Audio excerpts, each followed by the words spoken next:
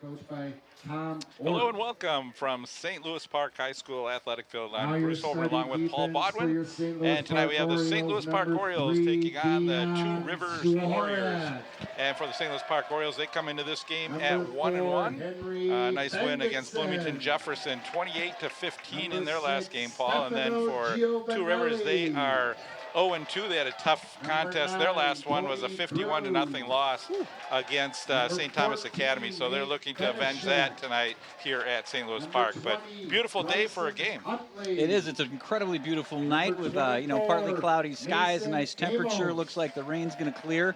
And we're in for a good night of football today as the St. Louis Park Orioles work on that young offense they have, trying to get some things going with a sophomore quarterback, and Two Rivers looking for their first victory. But again, they had a tough contest last week, so they're hoping to kind of get back on their feet and play a little bit more competitive game today, and we're looking forward to one. Yeah, their offense has struggled a little bit this season, but again, tough competition. They've scored 8 points in their first game, did not score in that second game, and for St. Louis Park Orioles, a little bit the opposite. They were shut out their first game, then put up a nice point total in their second game. Some of that coming defensively, so the Orioles offense still has some work to do, but again, work in progress when you have a sophomore quarterback, and that sophomore quarterback is Declan Gaines. So.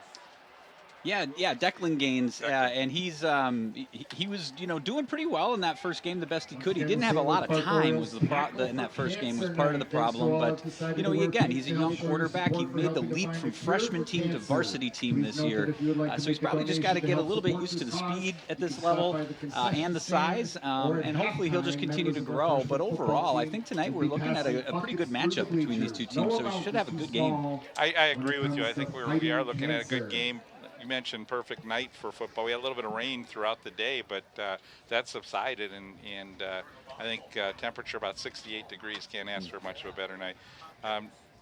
Declan Gaines has thrown 39 passes this season. He's 21 for 39, 53.8% passing. So got no touchdowns, one interception, and he's going to be looking to try and get that ball to Stefano Giovanelli. Yeah. Giovanelli last year was in double digits in touchdowns, and he's looking for his first touchdown receiving. He's actually thrown the ball for a touchdown. Yeah, Stefano Giovanelli, kind of the star of the team right now. Early commit to St. Thomas to play football there next season. So he's a great receiver for a young quarterback to have, because he can just put the ball up to him, and Stefano Giovanelli loves to use those basketball skills to pull those down almost like a rebound as well. So we'll see if they can connect tonight. Warriors won the toss. They will receive.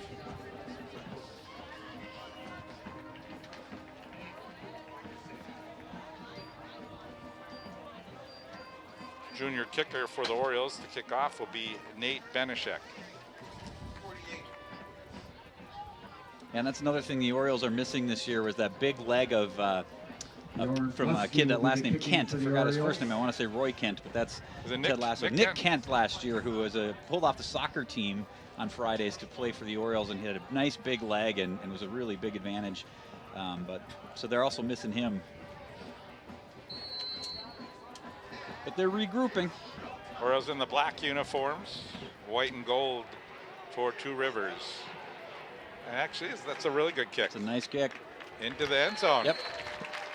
Over the head of Eunice. And Two Rivers will start on offense with the quarterback, Nate Schaffer.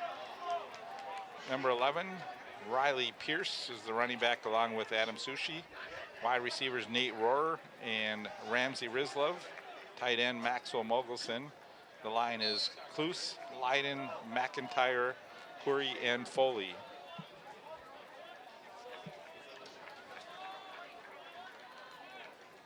Trips to the near side.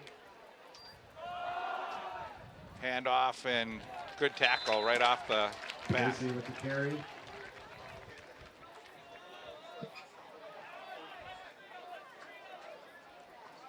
Like Joey Falzone in on the tackle. Falzone on the stop. Second down. Falzone with 4 tackles for losses this season. High snap over that of the quarterback, and diving on it is Schaefer. And that'll pin Two Rivers back deep, and the quarterback Schaefer there did the right thing of just falling on it and make sure that didn't get any worse than it already was. So that was a smart play by him, but a big break for the Orioles, pinning the Warriors deep in their own territory. So again, they'll come trips to the near side. Orioles trying to get their defensive alignment. Schaefer, and he's just going to hand off. Big hole up the middle. And lunging just to get almost back across the 15-yard line. And that's a nice design play there. A little give to Riley Pierce, who just kind of broke right through, got a big gain. Now they're out of that danger zone, and they can relax a little bit, even though it's 4th down and long. So now they go back into punt formation. Schaefer, then there's Another a snap snap into the end zone, and Schaefer having trouble picking it up. The Orioles are there. Let's see. It is Schaefer that gets it, and it's going to be a safety. Yeah, and it almost looked like Schaefer there hesitated, thinking, oh, wait, I don't want to get this. It'll be a safety, but then realized if he didn't, it would be a touchdown. But in any case, another high snap. There's nothing Schaefer can do about that. He, again, does the right thing, falls on the ball, and that's a safety for the Orioles, so 2 points and the ball. You know, again, that's not such a bad thing right there for Two Rivers. You're giving up 2 points, but you're actually giving yourself better position to kick off right now from. So, yeah, it's one of those really early in the game situations where you can just kind of, okay, let's settle down, put that aside. We're only down 2. You know, it's almost like pretend we just gave them 2 points and now we're kicking off. So yeah, it could be a lot worse than it feels. And we'll see if the Orioles can do anything to take advantage. And again, it would have been a lot worse had they not come up with that ball. Right. Obviously, then St. Louis Park would have that 6-0 lead. So good job by Schaefer to fall and get that ball, because that was a tough hop that he had to deal with. Tough hop, and it was way over his head. So I'm not sure who the center is, but hopefully he can settle down and get those snaps lowered. He's going to put this one on the tee at the 20-yard line. We got a blazing, beautiful sunset right in our eyes.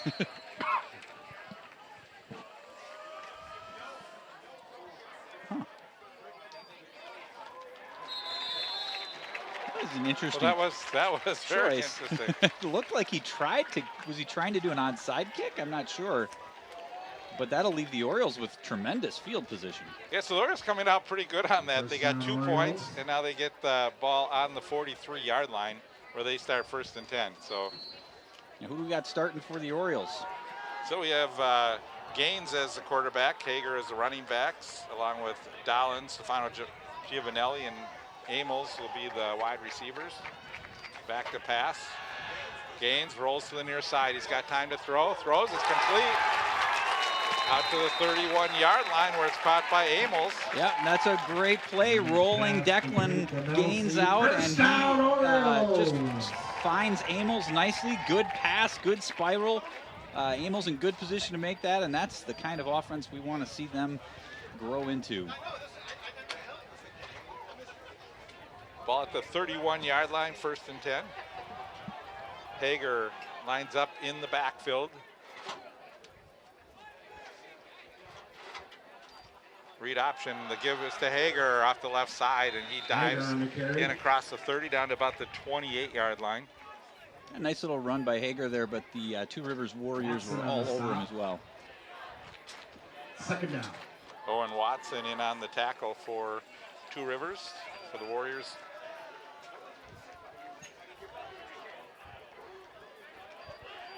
Brings up a 2nd down and 8.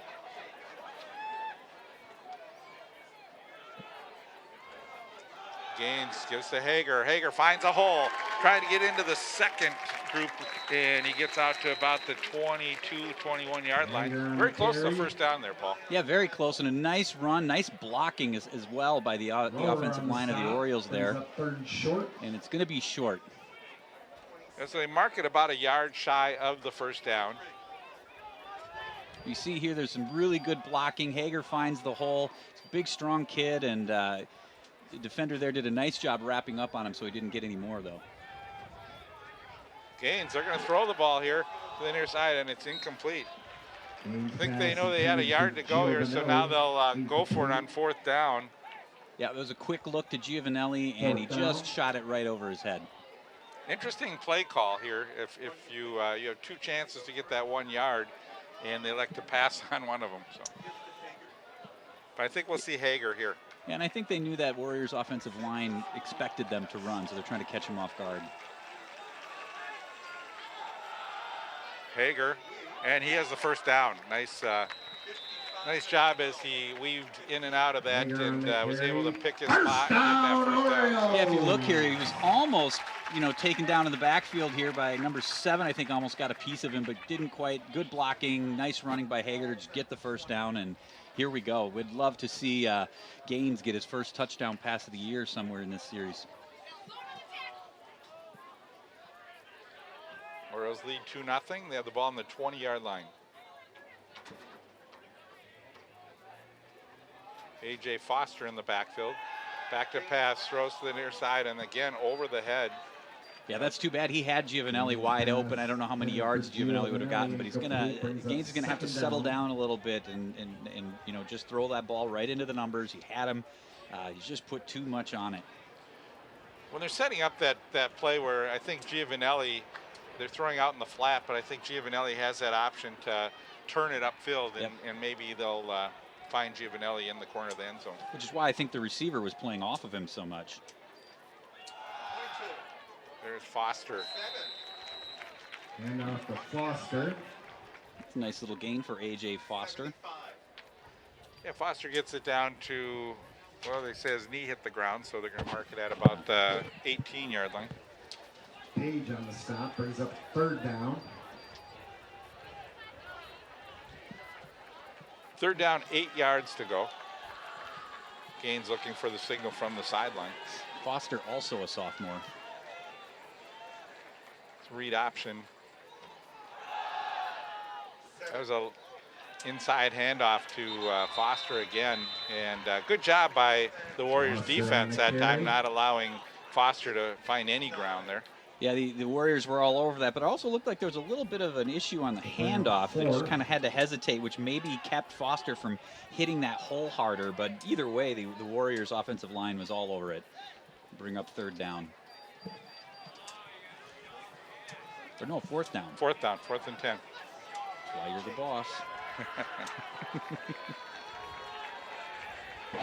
Single coverage with Giovanelli on the near side. I'd like to see him put a jump ball up pass. for him. Oh, threw a short. That play's not going to get the first down for the Orioles. Gaines pass complete to Kaplan. Yep, it was a pass to Kaplan, who was open. Declan Gaines just didn't quite know what he had downfield. First down. Got rid of the ball, and the Warriors will take over on downs.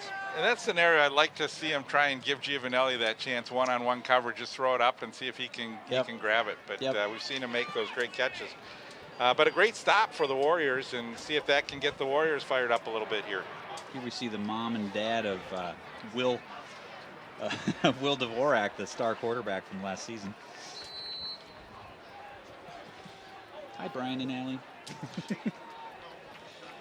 Yeah, I would have liked to see him just kind of throw one downfield to Giovanelli as well. They're going to throw the ball here. He's got a man. And he's got him down the middle, complete over the 35 to the 36-yard line. Nice pass, good completion to Adam Suchi. Yeah, Schaefer had just saw it perfectly. Suchi was open. Nice snap from the center, who struggled early, and just a beautiful sequence for the Warriors to get a nice big gain and a first down. That's a big turnover on downs for the Warriors, too, because that was sort of the gift possession for the Orioles, and they didn't get anything out of it. So now you're only down 2-0. Handoff. And that was Moynihan. Yeah, Mason Moynihan getting a nice gain. You always like to get a few yards at least on those first downs. You get a second and 5 or 6 is just opens things up so much. Looks like 2nd and 7 actually, but you'll take 3 yards on first down if you can get it. Schaefer back to pass. He looks to the near side, wide open. A lot of room to run. This is Suchi. Going down the sideline, cuts it back inside. What a great cut. And he gets down at the 6-yard line. Yeah, that's just great field vision on the part of Nate Schaefer, who saw that Sushi was wide open, nobody around him, and then Sushi able to turn that ball downfield, made a nice move to even get that few extra yards at the end of the play. And the Warriors really have something cooking right now. Yeah, the Orioles had missed coverage on that. Someone didn't come out in the flat and made the play a little bit easier, but a good move at the end here by Suchi. You see him cut in between the two defenders, right, and finally brought down by Rohr. We got a fumble and going to be recovered. Fumble on the play. Schaefer jumps on it. Schaefer again getting the ball. So 2nd and goal. Seen a couple bad snaps in the early going. We've had 3 already. One of them converted into a safety.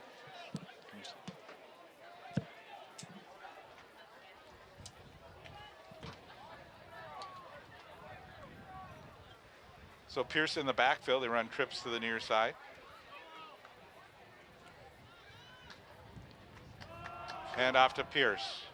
Pierce cuts his way through the middle and gets out across inside the 10 down to about the 8-yard line. So a nice run by Pierce.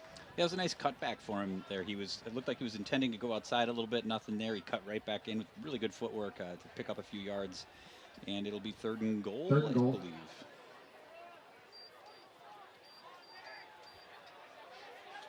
5 minutes, 20 seconds left here in the first quarter. Orioles lead 2-0 on a safety. Bad snap on a punt.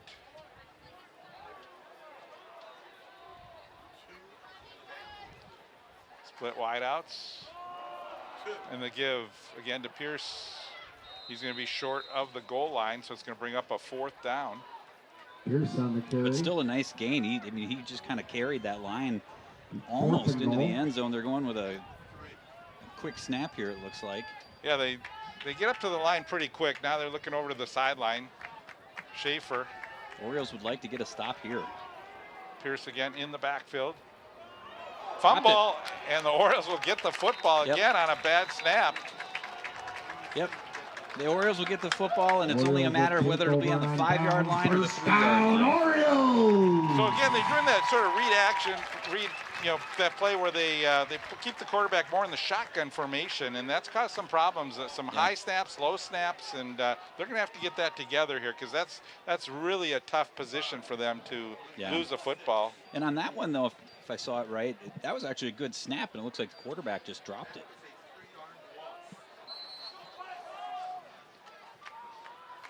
So 3-yard loss puts the ball on the 6-yard line. Orioles with the ball. Gives the Orioles a little breathing room.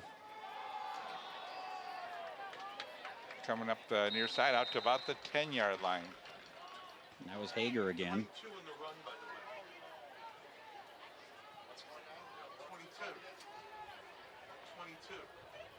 So the Orioles with a little bit of a gain, but they really want to get the ball moving, get that offense moving. Traffic out on Lake Street. The defense will be on the field for a little bit here and want to give them a rest and get that offense clicking. Got whistles. Timeout is going to be called by Warriors. Rivers. Yeah, the Warriors maybe didn't like what they had on the field based on what the formation the Orioles were coming up with. We don't know, but they want to get this right and get this ball back. What they also want to do, this comes up a lot where you end up in that just game of field position. So if you can stuff them deep right here, you're going to get the ball probably around midfield at worst, which is also what you want to do. You don't want to let them even get any big plays and then, even just get good field position if they indeed did have to punt. So the Warriors really want to get a good stop here. Both teams have had opportunities. We saw St. Louis Park have the ball deep in Two Rivers territory, unable to capitalize, and now Two Rivers back on the other end, having the ball inside the 5-yard line, trying to get that punch in that touchdown and a couple bad snaps on that sequence. So that was costly for Two Rivers, and they're going to see if they can make up for it defensively here because they still have the Orioles pinned back deep in their own territory. And it is early in the season, too. Some of that stuff is just getting back into the rhythm of things, although we are at game 3. Gaines back to pass. He's going to let it go down the sideline. He's got Giovanelli. And it's intercepted. Yes. Oh, and that's too bad. He had Giovanelli. Giovanelli had a couple steps on him. He just underthrew him, didn't quite get it to him, although I still like the play. Declan Gaines and Giovanelli need to keep doing this, and they will start to connect, but unfortunately, he just underthrew him, and Giovanelli reaching in there, trying to even just break it up, but he couldn't quite do it. That was a really good interception by Rizla, because Giovanelli has such great hands, and a lot of times he can pull that ball away and come up with the jump balls.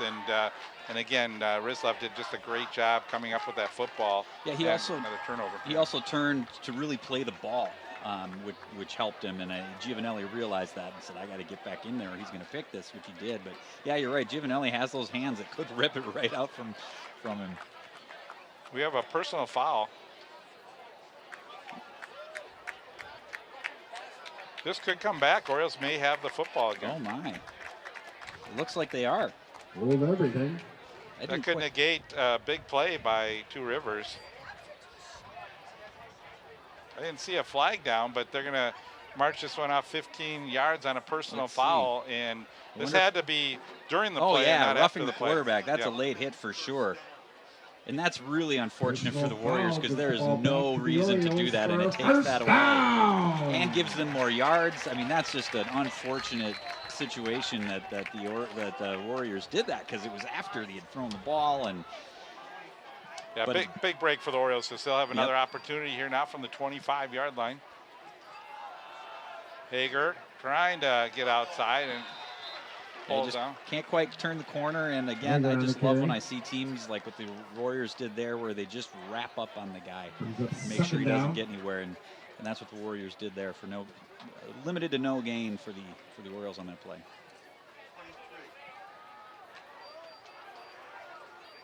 Warriors defense has done a really good job lately on the last couple possessions.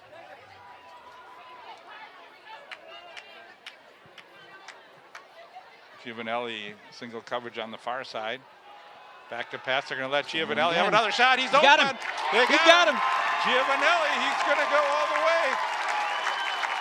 And it's going to be a 75-yard touchdown for the St. Louis Park Orioles. I love it, Bruce. I love it. You try that play on one side of the field. It's an interception. You get the big break on the late hit, and you go right back to it on the other side of the field. You hit him. First touchdown pass in his varsity career for Declan Gaines, and that's exactly what Giovanelli loves to do.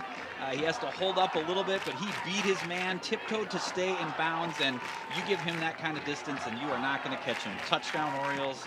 Beautiful play. Yeah, what a great throw, too, leading him. And once that ball was coming to Giovanelli, you knew he was going to pull that one down. And getting, as you mentioned, his first touchdown. He's in double digits last year, but catching his first touchdown pass this year. Yep, catching his first, and Declan Gaines throwing his first, I believe. Or no, that's his. I don't know what happened last week. I believe it is his first touchdown pass. Yes, correct. And Benishek makes the extra point. So I think the Orioles have looks like they have a good JV kicker. So we'll have And it's unfortunate for the Warriors, because at this point, the points that the Orioles have scored have been due to just simple mistakes on the part of the Warriors, with bad snaps deep in their own territory, and then a penalty that you can't hit the quarterback in that situation, but he did, and it gave the Orioles a second chance, and they monopolized. And again, it's important to be able to take advantage, and a lot of teams, sometimes you get that big break, all of a sudden you decide you're gonna just go for it, and that's what they did there. Yeah, I love the call to just say, hey, let's do it again. We had him. Let's do it again. This time, Declan Gaines knew exactly what to put on the football. There's the Oriole mascot celebrating with the Oriole faithful, who are in a pink out tonight. For the Warriors.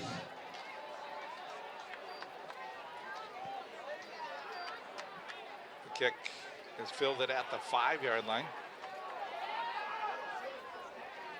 Suchi. And he gets out to the 30-yard line.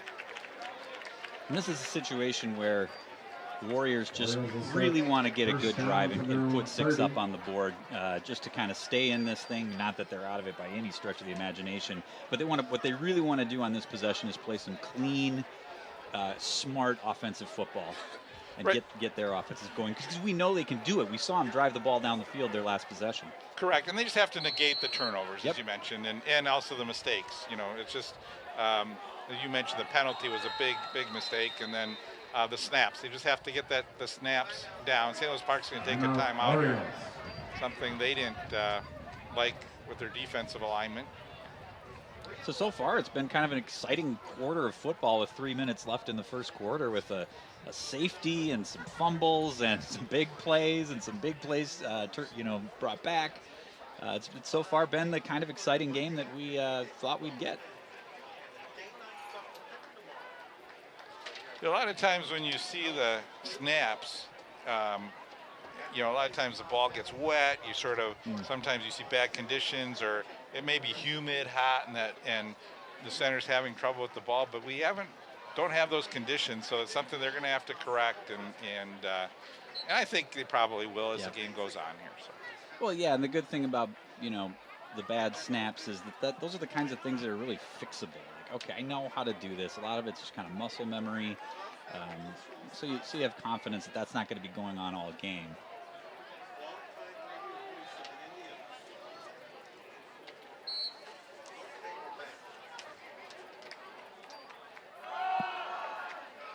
Handoff. Big gain. Cutting all the way inside, and finally taken down at the 45-yard line was Moynihan. And that was a really nice run by Moynihan. Yeah, very nice run by Moynihan. Looked like he got the blocking he needed. He knew where he needed to go. He had a nice little burst of speed through it. Let's take a look here. Look at that hole. Yeah, really nice blocking by that offensive line. He's got a nice move there on Seawark. I'm not sure how to say his name, but yeah, great run. Delayed. A little bit of a delay that time, but Moynihan still is able to get about 4 yards. Yeah, I don't know if it was a design delay or the snap was a little low on that one, but it worked, and he managed to squeeze out another 7 yards. And here's the big run. Just shoestring tackle, otherwise he's gone. Yeah, that was a nice save, and I'm not sure who number 20 That was another a low snap, but quick throw and complete. And you can see here, like this Warrior offense can move the ball very efficiently and effectively. They just got to watch the mistakes, and it looks like those snaps are still a little bit off, but they're zeroing in.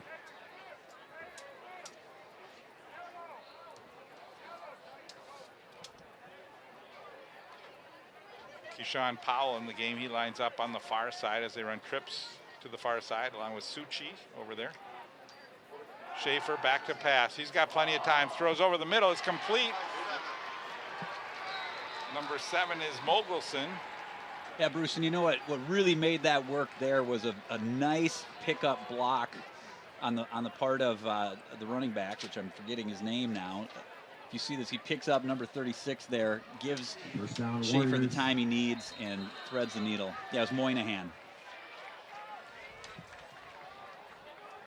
So great drive right now for Two Rivers as they're down inside the 15-yard line of St. Louis Park at the 13. Again, there's a silver F-150 pickup illegally parked, license plate number 1RA452, registered to the last name Schaefer. Please attend to this matter, or your car will be quarterback's towed. car. They may want to wait for a few minutes to move the car if it is. If it's quarterback's parents' car, they'll. Yeah, give him a break before he tow that thing. Can they see if he scores a touchdown first before they have to move the car? Yeah, those of you at home, if you didn't hear, they announced a car that's parked illegally, registered to the last name Schaefer, which is the last name of the quarterback, obviously. So that's what we're joking about. Hopefully, all things will turn out well. Maybe it's his car. He's talking to the talking to the referee, like, can I go move my car?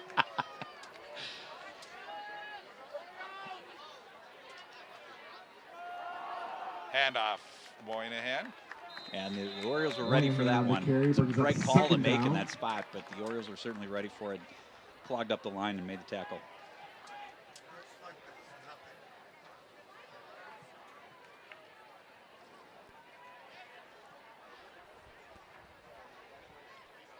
No gain on the play.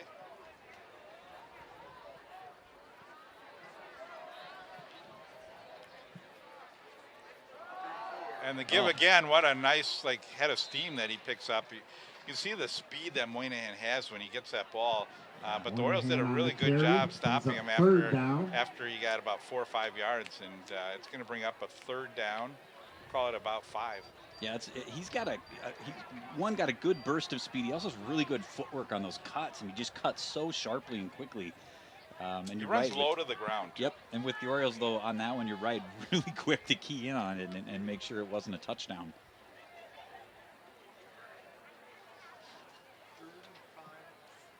Third down and 5.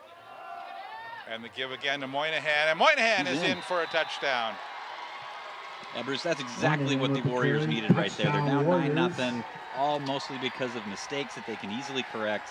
And they drive the ball right down the field with a couple good passes, mixing it up, one big run, and it's 9-6. We got ourselves a nice football game here, just like we hoped we would. Two Rivers fan base showing up pretty well here. And the extra point attempt is good. You can hear them even cheering in the background. The point is good. Chanting, "We love Mason." Boykin with the extra point. We got a ball game. You mentioned looks like it'll be a good one tonight, and I think it is. I think we've seen right now, though, St. Louis Park defense is going to have to tighten up a little bit because they 2 good drives put up in a row by Two Rivers, and one was ended on a fumble, but they potentially could have scored there and had the lead. Yeah, the Oriole defense will have to tighten up, to be sure.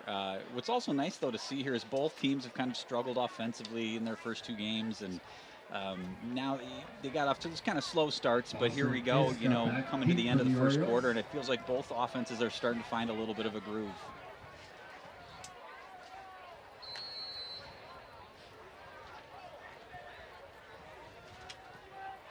High kick.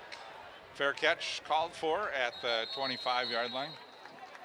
Bendixson fair catches it. Orioles will take over first down. Yeah, that's a smart fair catch call there by Bendixson. You already have the good field position. No reason to take any chances right there.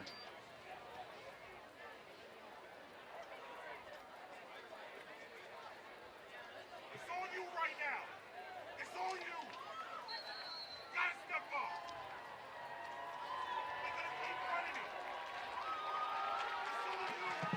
So with 26 seconds to go, the Orioles with the football on the 25-yard line. Gaines, he hands off. Looks like that was to Hager again.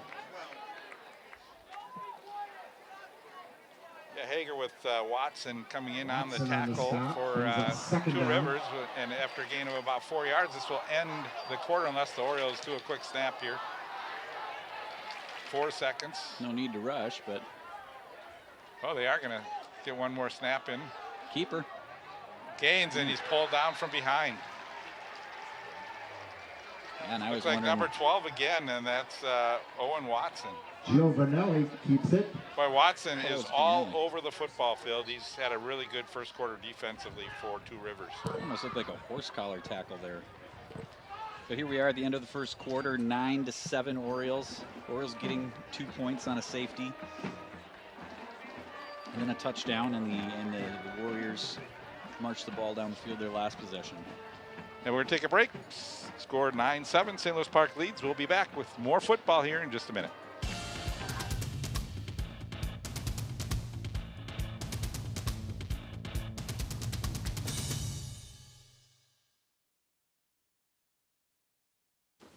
What to expect when you're expecting a teenager. Today we're talking about how to wake up your teen, and this works literally every time.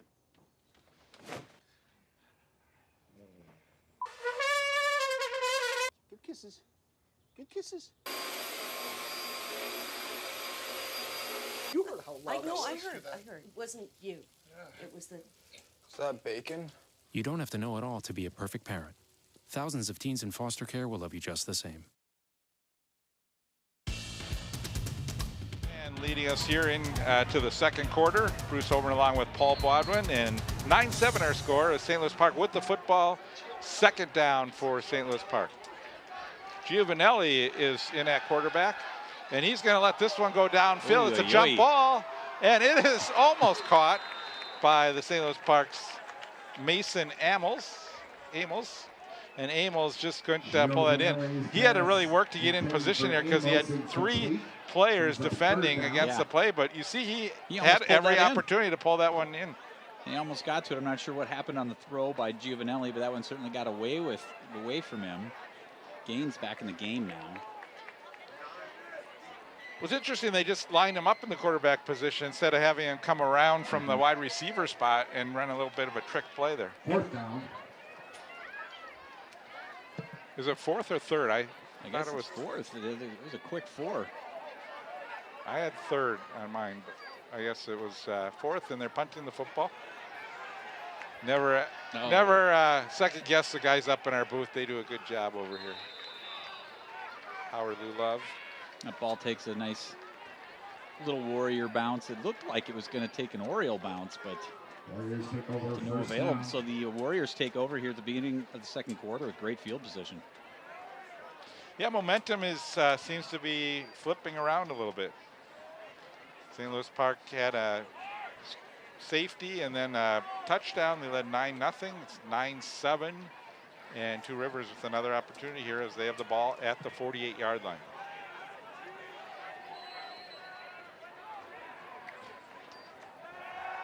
And Schaefer back to pass, throws to the near side, and it's contested and picked off.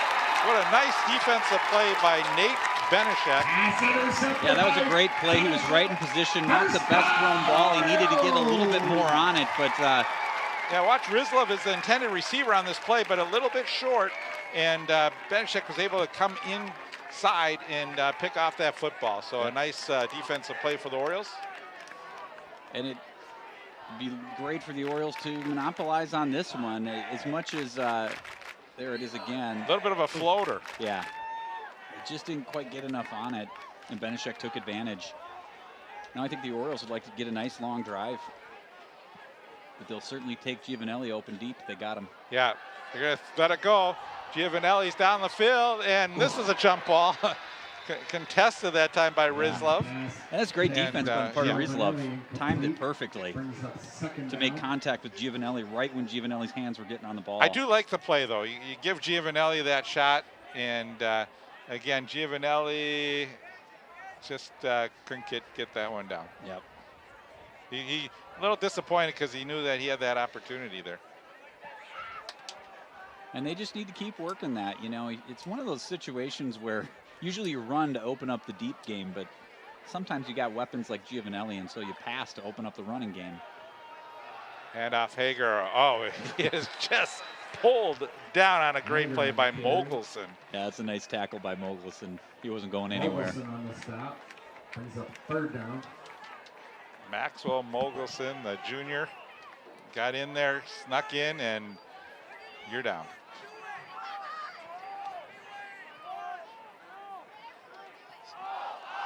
He's a big kid, 6'5", 250. Let there be light.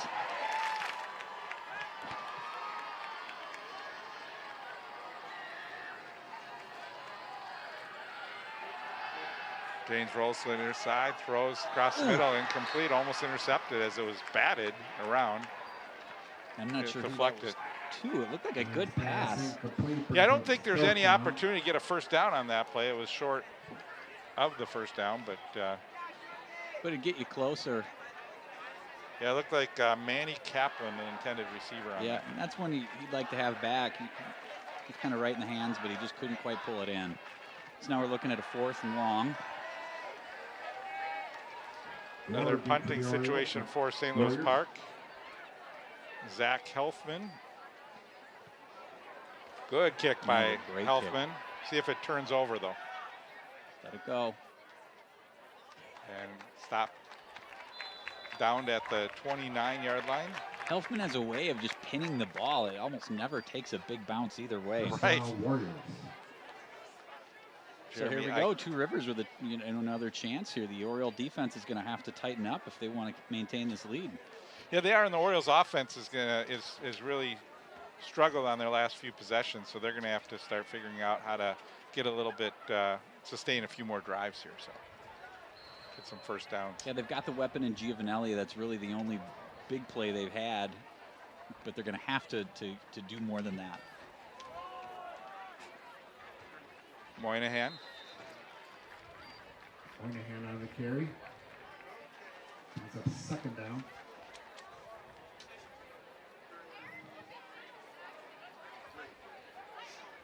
Moynihan, a senior. Yeah, we saw Riley Pierce and Sushi in the backfield to start the game, but Moynihan has been the go-to guy lately. Quick throw to the near side, complete.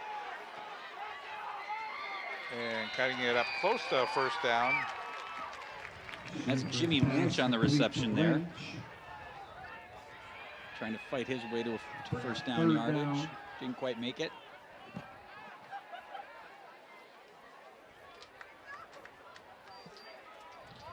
So Lynch comes off of the field, Mogelson in. Suchi lines up on the far side. Mogelson will be on the near side along with Powell. And the give is to Moynihan, first down for Two Rivers. Moynihan on the Yeah, carry. Moynihan feels like it's going to be tough to stop when all you need is 1 yard. He's having a really nice game.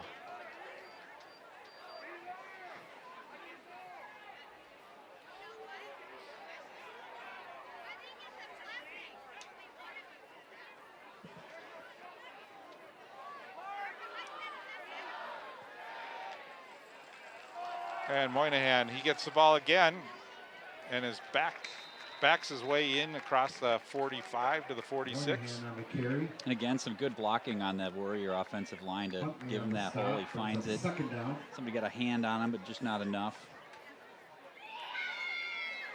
This is the kind of offense teams love to play, as just sort of a meat grinder, 4 or 5, 6 yards of play.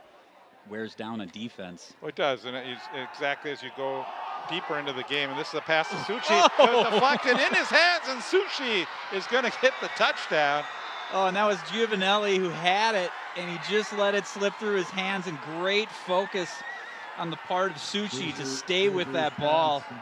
And the Orioles kind of get beat there at their own game, and Giovanelli wants that one back, walking to the sidelines. He is not happy with himself. Look, he just... You see, and what great concentration by Suchi.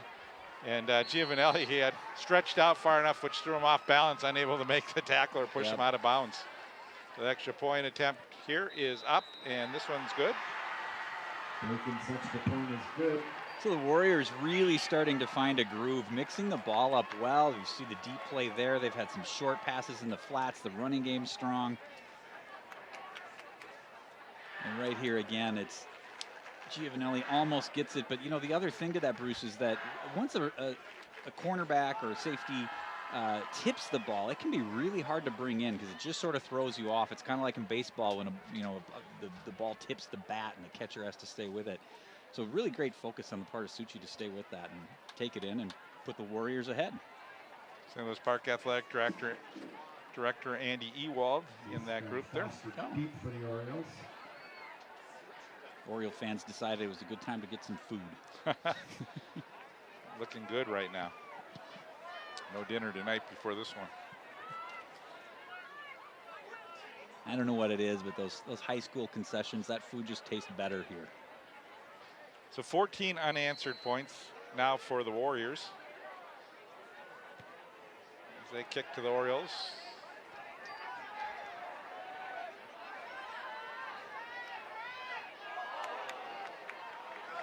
And the Orioles will get to about the 28-yard line. Foster on the return, stopped by Rohr. First down Orioles. That's Foster with the reception there. And with 8:20 left to play in the half, the Orioles really need to, you'll take that deep ball right away if you've got it, but they really need to put together a nice several-minute drive here to give their defense a rest. And credit to the Warriors for tightening things up, not making those mistakes. And now all of a sudden they have 14 unanswered points. Yeah, they haven't really given Hager any real long runs so far in this football game. As Hager gets another opportunity, gets outside, and nice run by Hager as he goes out of bounds, maybe just a little shy of the first down, but very close. Yeah, and you're going to take that on first down every time. It's a very nice run. Got the blocking you needed. Turns the corner and second and short. Protects the ball well on that as well. It's one of those plays where you might start holding the ball a little loose, trying to get that first down, but he tucked it in and just made sure he hung onto the ball with a nice gain, 2nd and 1. Give us a Hager. He has a first down and more as he backs his way into the 44-yard line. So a couple good runs by the Orioles. I think you called it. You just said they weren't giving him much, and then here we go. First down, Orioles. He saw some great blocking on the left side of the line that time by the Orioles. Yep, they're just going to need to do more of this, and the more they do that, the more the Warriors are going to have to key in on Hager, and that opens up the passing game. A.J. Foster in the backfield for St. Louis Park. Foster with the football, and he is going to be taken down at the 40-yard line, and I think they'll give him forward progress here. Yeah, I would hope. It felt like the refs were a little slow with the whistle on that one. Like, help out the poor kid. Yeah, loss of about 3 yards on the play. And you see A.J. just nowhere to go. And really a good job by number 77, Peter Rivera Foley.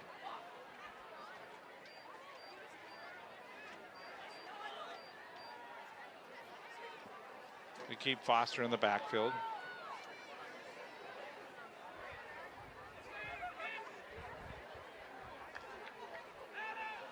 Back to pass, the throw. Giovanelli has it and gets his way very close to the first down. It looks like he might have it.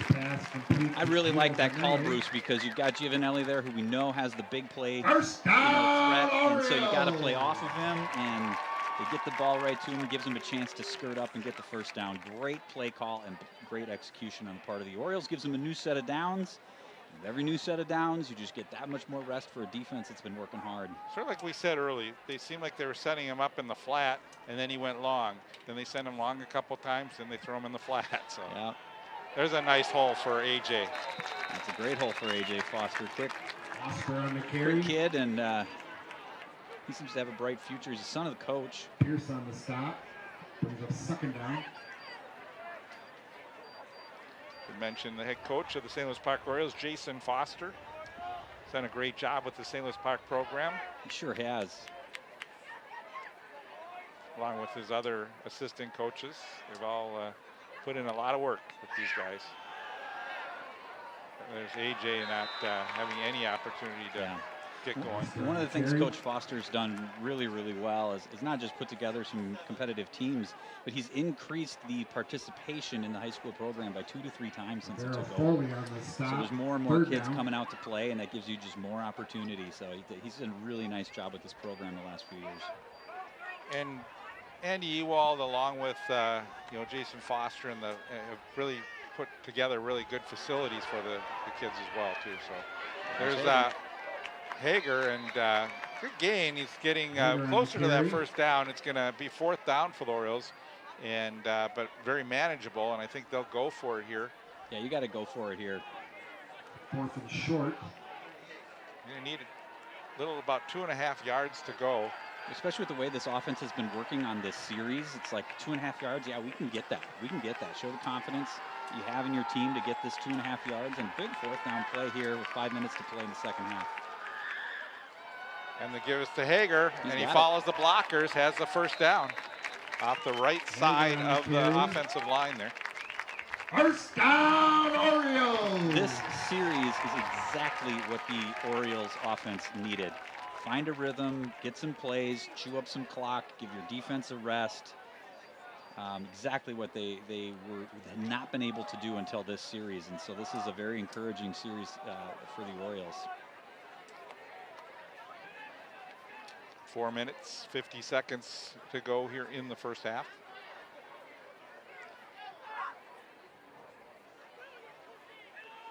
Gaines back to pass. He's going long, and it's a jump ball, and it's fortunately incomplete.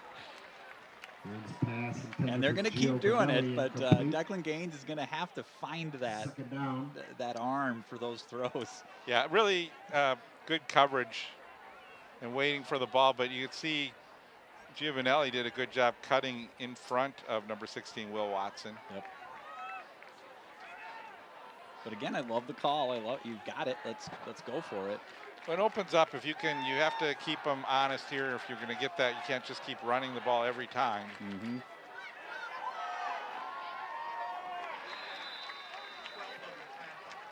Hager, and again, in on the Hager on the tackle, number carry. 12, Owen Watson, who we've called his name quite a bit here in the first Watson on half. the stop brings up third down. Yeah, Watson just wraps him up. That's a great tackle. Those are the kinds of tackles running backs like Hager in those spots can often beat it back, and Watson just didn't give him any chance to do that with a nice wrap up on him. So 4-down territory here for the Orioles. They're third down. See if they just run the football here. Oh, they're gonna. Oh no! Gaines, he's gonna throw the football, and it's complete. That might be a first down. Very close. I think he's got it. Good job stretching his way for the first down, and that's Kaplan. Yeah. Yeah, that's a nice design play. We've been running the ball. You kind of expect him to do that. And you just find this guy in the flat Pass complete. right there. First Nice down, sharp throw. Orioles. And Kaplan does everything he can to make sure it's a first down. And again, that's the key. Kaplan knew where he needed to be. He set himself up in that first down spot and was able to finish it off. He didn't get pushed backwards. He knew he had to just cross that line, got that first down. Clock keeps going. 3:33 to go, plenty of time. Hager with a nice little move to the outside. What the Orioles have done here too, Bruce, is with this drive where they have just chewed up so much clock, they're now at a point where they might even be able to be the last team to touch the ball in the first half with only 3 minutes to play. What's important here too is St. Louis Park's defense looked like they were tiring because we saw Two Rivers have quite a few long drives, and this gives the defense a good rest, and really now Two Rivers defense is starting to tire a little bit. So back to pass, throws almost picked off. That route was cut by number 9. Nate Rohrer, and if Nate Rohrer is able to get there just a step ahead, he may have put 6 points on the board for Two Rivers. Watch this. He read that. Yeah. And a nice play there as well. Amos really sort of to break it up. Yeah. But this is exactly what the Orioles are going to have to do with Declan Gaines. Just keep letting him throw the ball. Let him find his muscle memory, his rhythm. Handoff, just a few yards up the middle for Hager. So it's going to bring up a fourth down again for St. Louis Park.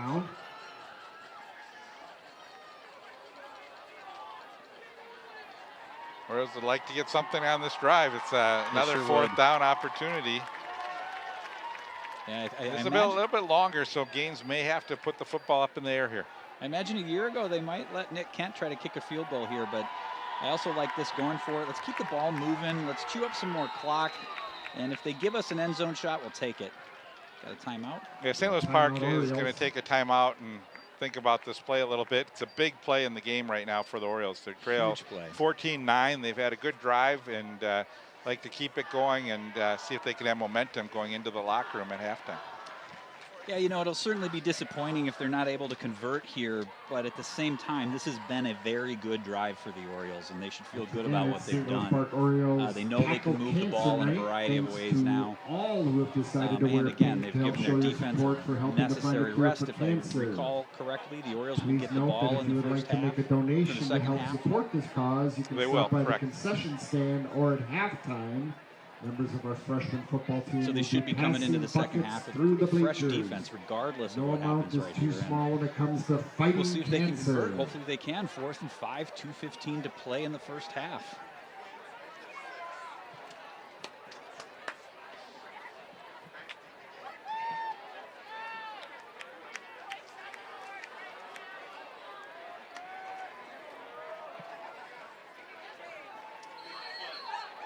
So they have AJ in the backfield. Kind of surprised Hager's not in. Right. And they throw the ball open.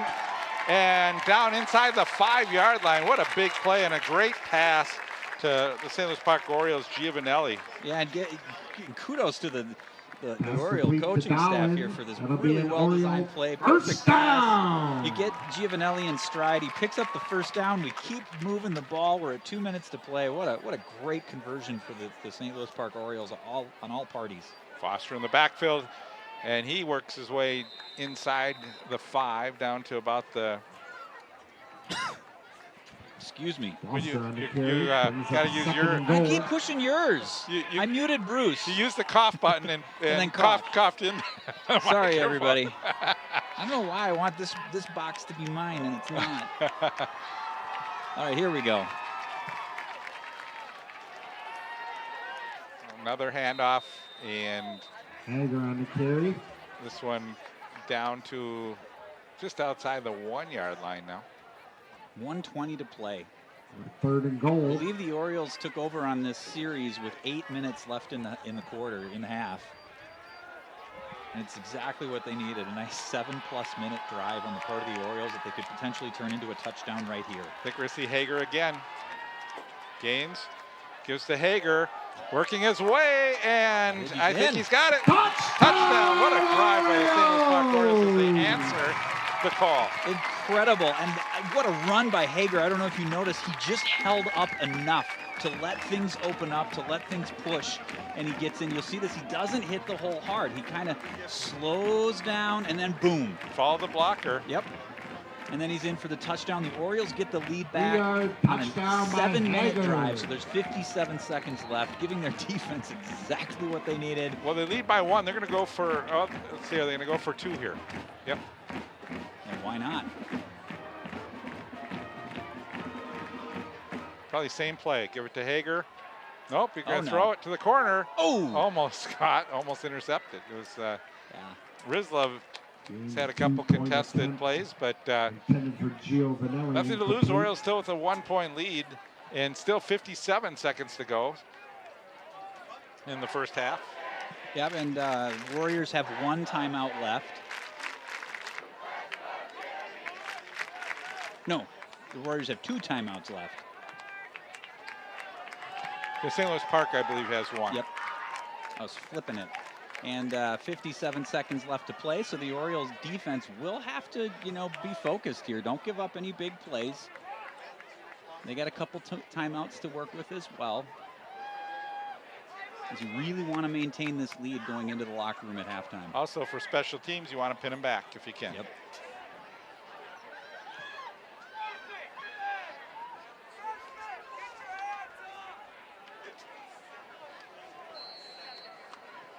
So Nate Benechek.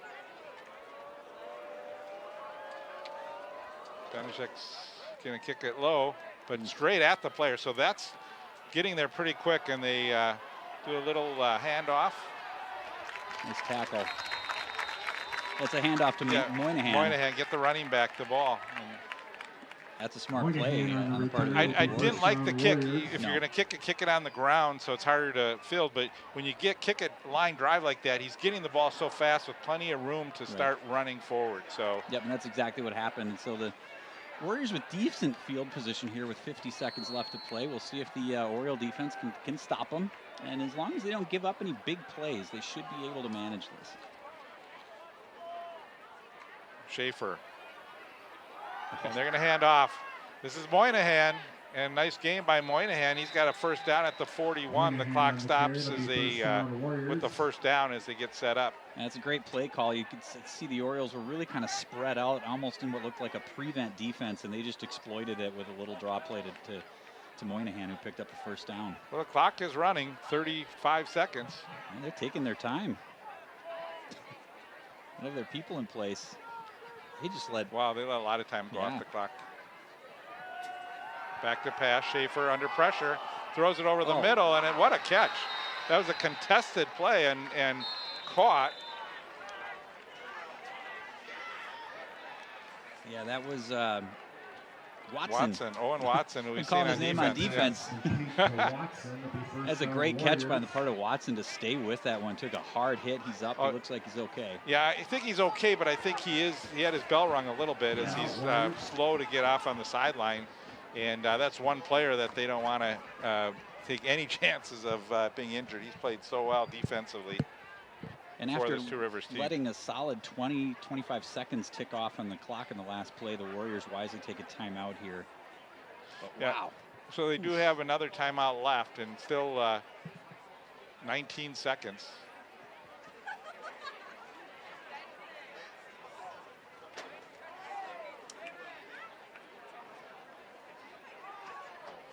You don't like to see players hitting their heads on the ground like he did there.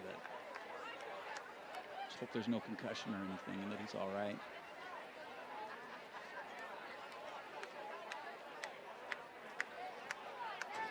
Yeah, he's back in. He's going to line up on the right side of the line.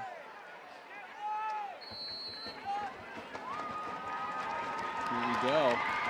Looking for a big defensive stop here. Schaefer. Offsides. We got a false start. That was that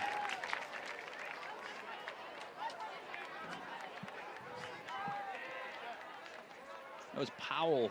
Keyshawn Powell kind of got faked out by his own quarterback and started to take off. So that'll back him up. It's kind of a big 5 yards.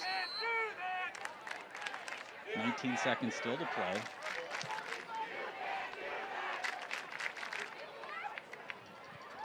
Schaefer back to pass. Again, Orioles not getting that pressure. Thrown short over the middle. Trying to get outside, and a great job and a good hit, but a good job by Rohrer as he gets out of bounds to save the timeout. 9 seconds left to play in the half. Here's where the Orioles, what they need to do is they got to find a way to keep them in bounds. And again, you can see too many guys in the middle of the play, and it's finally forced out of bounds that time by number 24, Amos. Yep. Yeah, it does look like they're in a little bit of that spread out kind of prevent defense, which often does open up the, those short yardage, middle of the field plays that can really come back to hurt you. And so the Warriors with a real chance here with 9 seconds to play. And ball in 36. They still have a timeout and an opportunity to get in field goal range and maybe attempt to put their team ahead. Yeah, and that one timeout really does open things up for you because it does open up plays in the middle of the field if you have to. Not sure what the discussion here is. Oh, move the clock to 11 seconds. Yep. So they get 2 seconds back. Schaefer under pressure, and he goes down. What a big play by the Orioles as they blitz. A huge play, beautiful blitz, broke right through. It took him down for a huge loss. Yeah, and again, we've talked about Falzone. He's had 4 tackles for losses this season, and that was a big sack. On the sack. And I'm assuming they took their last time out there because the clock stopped at 3.3. The board still says they have one left, but yeah, this is Hail Mary territory where you just chuck it up to the end zone, and St. Louis Park maybe defensively trying to just get their alignment set up so that they play a prevent defense and get as many guys back towards the end zone. You have a couple ways of approaching this. One is you just throw it into the, try and get the time and throw it into the end zone. Number 2 is you maybe try a little trickery and try and throw it to the middle of the field and then try and pitch back to someone. Which is really dangerous though, because that can turn into 6 the other way. It could. I think if they have the time, they just end up lofting it to the end zone. Yeah. And St. Louis Park, that was a great blitz by Joey Falzone, or actually coming from the left defensive end position, and see if he can put some pressure to not allow that extra time to be able to throw that long football. Oh, they put some more time back on the clock. 6 seconds. Wow. But no timeouts now for the Warriors. There's that pressure. And caught, but out of bounds, still with 0.3 seconds. So they're going to have another play. They got one last shot. That was really, again, great defense on the part of the Orioles to rush that. And Schaefer's got nowhere to go other than just dump that little pass. And somehow he managed to get out of bounds. It looked like he stopped him to me. The refs blew the whistle before I thought he got, he did step out. He did, Okay. So they've got 0.3 seconds. This, barring a defensive penalty, will be the last play of the half. Yeah, that last catch was by Powell. Did a good job to get out of bounds. Now Powell's going to line up on the far side along with Lynch. We haven't seen much of Suchi. Oh, this is a hand off to Moynihan. And what a great tackle. Yeah, that looked like Hager on the tackle. Yeah, it was. It was a great tackle because there was a lot of green past him that you never know what can happen in those situations, especially with a running back with footwork like Moynihan has. Well, and again, Moynihan may have been in on that play where someone was going to come from behind and he'd pitch it back, but I don't know if that trickery was all planned on that play or not, but a good tackle regardless by Hager, and a good first half, Paul. Great first half. Yeah, it was. We saw a couple changes in momentum. We saw St. Louis Park get off to the lead early on a bad snap over the punter's head, and St. Louis Park was able to get 2 points on the safety. Then Giovanelli with a 75-yard reception for a touchdown for the Orioles. They led 9-0. But then Moynihan capped off the touchdown for Two Rivers with a 5-yard run, making it 9-7. Suchi with a 54-yard reception. That made it 14-9 in favor of Two Rivers, and Hager with a 1-yard run towards the end of the first half was able to give the Orioles a 15-14 lead, and that's where we stand. So, yep, great first half. What I loved seeing was that both teams kind of struggled offensively early, and then they both started to figure some things out, and we've got a nice kind of back and forth game going into the second half. Well, I'll give both coaches some good strategy session here at halftime on figuring out how do we work things off offensively and defensively, because they St. Louis Park was able to start getting that running game going a little bit later in the first half. It seemed like they struggled a little bit in the end of the first quarter and the beginning of the second quarter, but then they got Hager running the ball, and AJ had some nice runs as well, and again, some of those passes that have been thrown are thrown into double coverage, and I think they've been jump balls basically, but Giovanelli, I think he's going to come up with one of those as this game progresses. So. Yeah, you would like to think so. So the other thing the Orioles have going for them is that huge rest the defense got on that 7-minute drive. They only had to come out for another minute. Now they get the rest on halftime, and the Orioles get the ball in the second half. So we'll see what happens. All right, we're at halftime here, 15-14 our score from St. Louis Park. Stay with us for the second half coming up in just a little bit.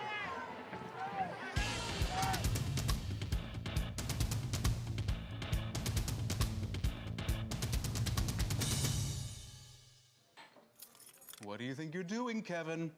Was just gonna drive home. There are several warning signs present that you shouldn't be driving. Like hearing voices? Like your text-to-emoji ratio? Oh man, the selfies. Selfie, nailed it. We all have warning signs that let us know that we're probably not okay to drive. Mine is pretending to be your subconscious. Craig, come on man, let's split a ride home.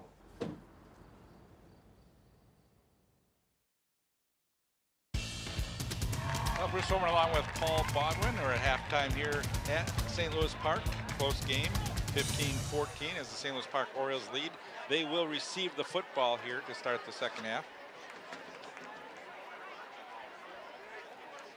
So, Paul, I was trying to go back and figure out when did I start in this press box announcing games. And first 2 years were with the high school radio station, KDXL, and this is my 45th year now of doing games in the box. 43 for ParkTV in 2 years, so I've been up here quite a bit.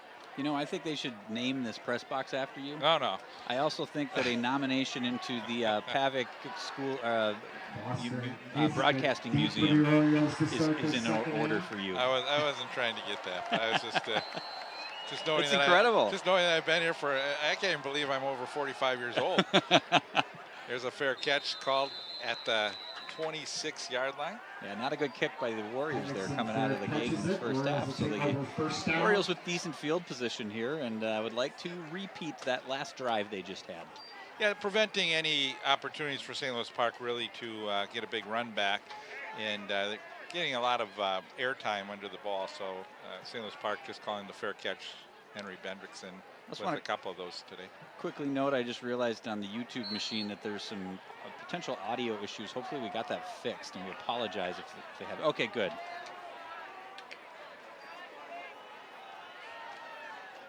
Hager backs his way into the 30-yard line. Hager on the carry. Yeah, so you take a nice, 3 to 5 yard run on 1st and 10 every time. Eunice on the stop. Hager started real slow in this game. It wasn't able to get much going, but he's turned it around, and he's really having a nice game. His helmet came off, so he comes over to the sideline, and A.J. Foster is in the backfield. Gaines handoff, or Gaines keeps it, and Gaines trying to get room. You can see the pursuit by Two Rivers, and they've got a lot of speed from their linebacker spot, and again, St. Louis Park has been unable to make anything happen running around the end. Seems like most of their runs have been coming off left to right tackle. Yeah, and that was a direct snap to Giovanelli, actually. Oh, yes, Nice Giovanelli. fake to Foster, and just didn't have anything going. Just great pursuit on the part of the Warriors. Yeah, and trying to get Giovanelli more involved in touching the ball, and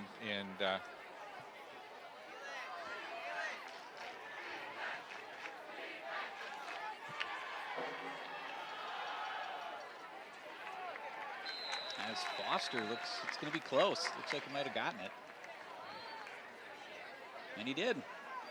Yeah, first down for St. Louis Park, and a big first down. They didn't want to have to punt the football early on from their own territory and keep the drive going. And again, Giovanelli, the quarterback.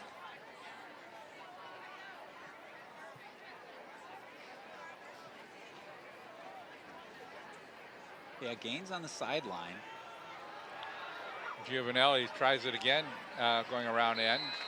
This time he was able to get a few yards. Yeah, not much to work with there either, but he's, kind of showing some quick scampering ability, which we've seen when he catches the ball. I'm not sure if Declan Gaines has some kind of injury, or they're just trying to mix things up. He's coming back in the game now. Giovanelli is going to St. Thomas University. That's correct. He early committed to St. Thomas, which at some point while he would be there, if he stays, will be a D1 team. I don't think they are yet this year or next year, but they're shifted to Division I.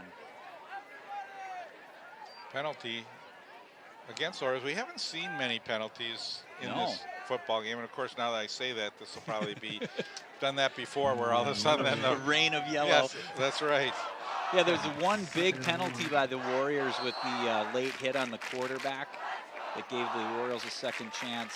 And that's been really about it. There was one false start, and I'm guessing this was a hold. I missed what it was, but with the kind of play it was, it maybe was a hold, and that was what enabled Giovanelli to pick up a couple of yards. Yeah, second down and 20, Gaines the quarterback. He's back to pass, throws, lofts the ball, and that's Giovanelli who catches it. Giovanelli just won't go down. Well, they already blew him dead, so he's not going to get the extra 5 yards. Who is that, number 9, Roar? That's a nice play on the part of the Orioles. Pick up a first down, a nice quick throw in the flat, and Giovanelli just won't give up. The whistle blew, and he just kept going, so you can't fault the Warriors for continuing to try to take him down. Yeah, third down and 10 now. Oh, that's right. I was missing. I thought he picked up a first down. My bad. He wasn't even close. So it was 20 because they got that penalty. So I was looking at the wrong stick. Here comes Foster. Foster needs to break one more tackle to get that first down, but good job by Two Rivers holding him short of the first down at the 49-yard line, and we've got an interesting call here for the Orioles. Yeah, and this is one of those, right, and I wonder if Foster will learn this, like right here, he needed to just burst at some point instead of trying to deke out of it. He maybe could have gotten close to that first down, but also a very nice run on his part, and there's another flag, just like you said. Looks like they're going to back it up. It's a big 15-yarder. Another holding. Or it's actually 10, but it's where the infraction. Yep, 10 yards from the spot, which really puts him in a deep hole here. Second down is actually the down. Second down. Second in a bunch. This is one of those where you don't have to make it all up on one play. Just see if you can pick up another 10, 12 yards here.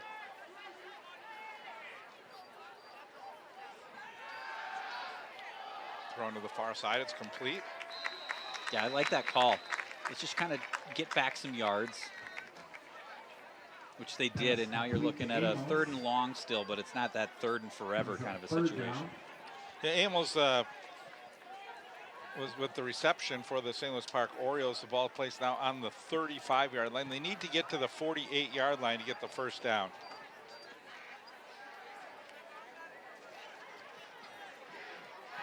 Giovanelli looks like he's going up against Will Watson on the near side. Let's see if they throw it. They're looking for him. Back to pass.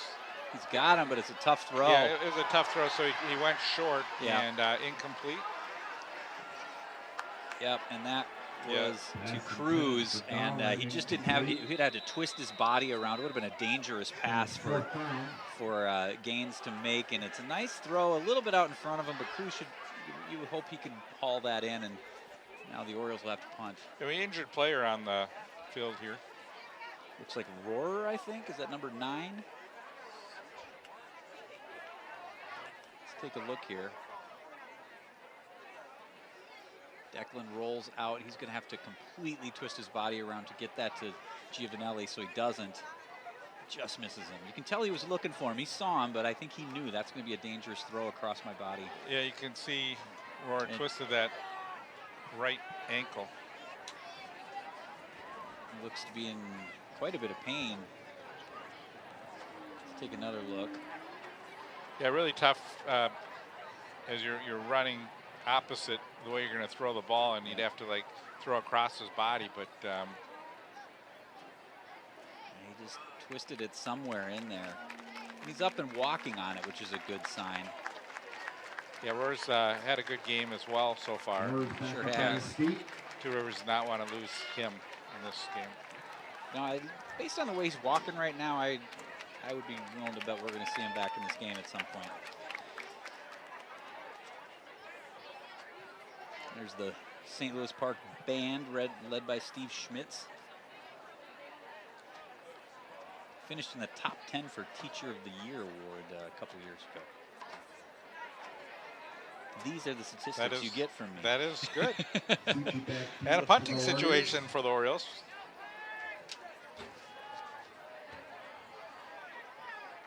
Zach Helfman has some good punts so far in this game, and we're going to have flag again.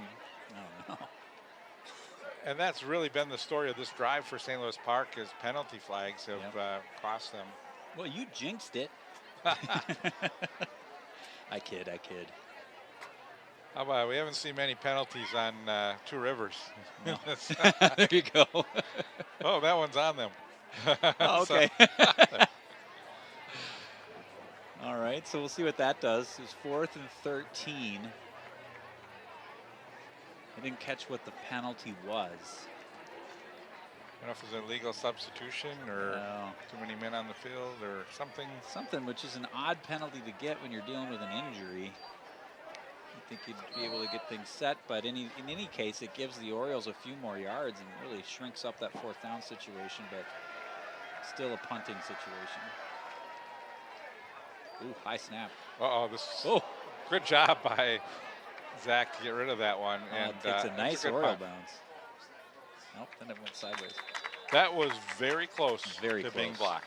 Yes, it was. Yeah, high snap. Guy broke right through. I don't know how he got that kickoff. Take a look here again.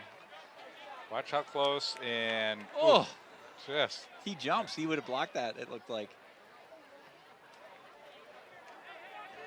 And if I was the punter, I probably was panicking. I probably would have dropped the football instead of punting it, because they came in pretty quick. So 7:59 to go here in the 3rd quarter. Moynihan in the backfield. Schaefer, the quarterback.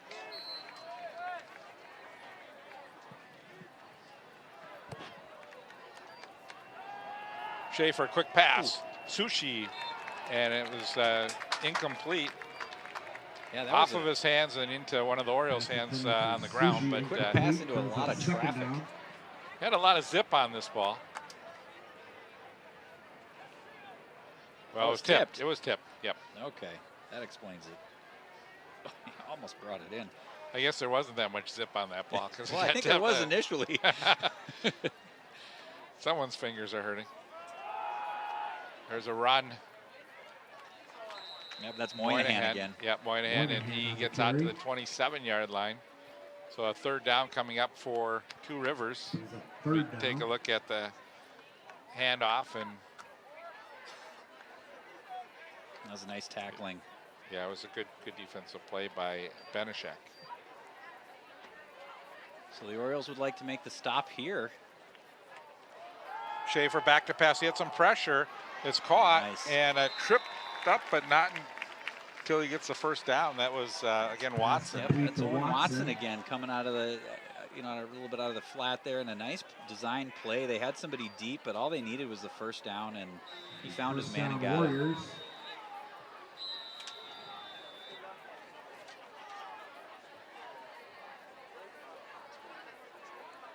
That was Dion Suharak. I do not know how to say his name, so I apologize. With actually a nice tackle to make it.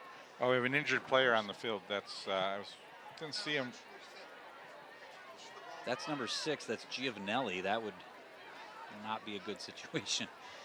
Let's see. Well, this could be a cramp the way they're working on his leg. Yeah, that's Stefano Giovanelli. But yep, he's just getting a cramp. And you see the park schedule coming up here on your screen. They're going to be at Benilde for that big St. Louis Park rivalry next week. The coach trying to say we need to get some fluids out for Giovanelli, and that's what they're going to bring out. Yeah, and it's that time of year where it really cools down a lot at night and muscles get weird and you can see a lot of pulled muscles. Yeah, so the Benilde game is a Saturday game at noon. And we'll be covering that one. That'll be a fun one here next week. From Saturday, Paul, you're looking at your schedule. Yep. See if I can make it. Threw me off with Saturday. I got my Friday nights reserved.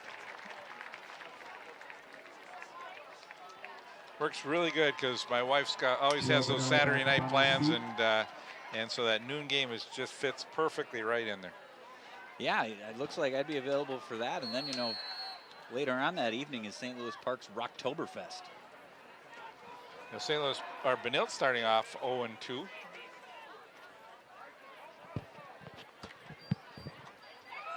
Moynihan cuts back. Started off to the left side, cut back to the right, and is able to get to the 38-yard line. That was a nice tackle. Sanchez on the stop. On the part of Sanchez to if you can see, he just gets him by the jersey. Actually, that's it wasn't Sanchez who pulled the jersey. That was Bendixson who really slowed him down and kept that from potentially being a first down with the kind of both power and agility that Moynihan has. Read option, Schaefer. He's going to pass the football. Throws it over the middle. He's got the player. It's caught. Nice pass by Schaefer as it's caught at the 47-yard line by number 10, Ramsey Rizla. For a first down. Yeah, this is a nice play for the Warriors. They had that open right in the middle. They also had a man open deep.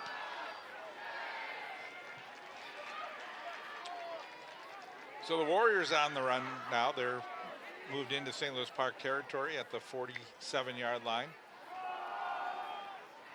Handoff. Orioles have done a nice job containing Moynihan a little bit this quarter. Huntley on the stop. Second down.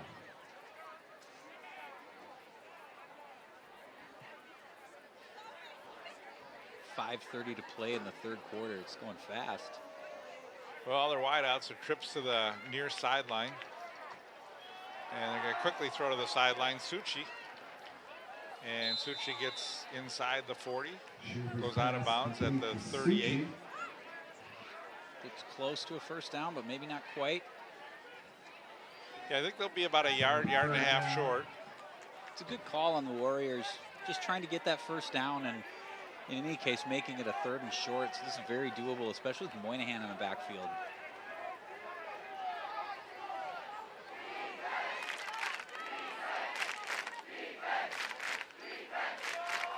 And off Moynihan, yep. just puts his head down and bowls inside the 35-yard line down to the 34. Yeah, the blocking here was just Watch how low he gets. He'll get his head down there and just put that right into the defender. Could drive the team bus through that hole.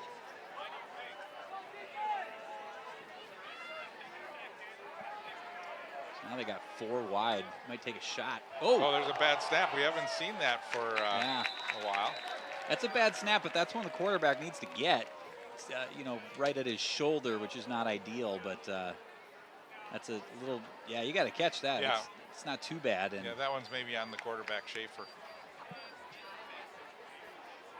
Loss on the play brings up now you're looking at 2nd second and 20. Yeah, this all of a sudden it changes your play selection. And they're gonna have 4 wideouts.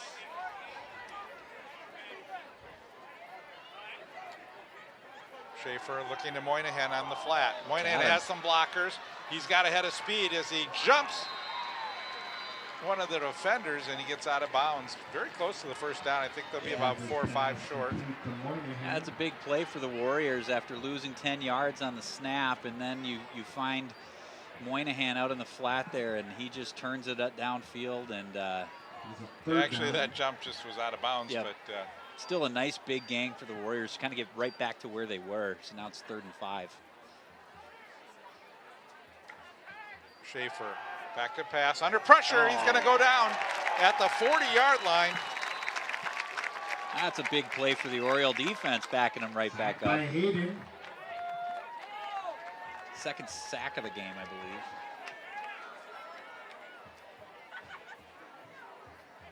Kasika. And Schaefer has nothing he can do there other than just turn around and tuck the ball to protect it. So 4th and 12. They're going to go for it here. Schaefer looks to the sideline. I like going for it here. They are going to punt. Yep. Oh, that's out of bounds. And let's see where they mark this one. Take over. First down. Well, I thought that seemed like it went out of bounds a little earlier. Now they're walking it. Oh, I up. see. Okay.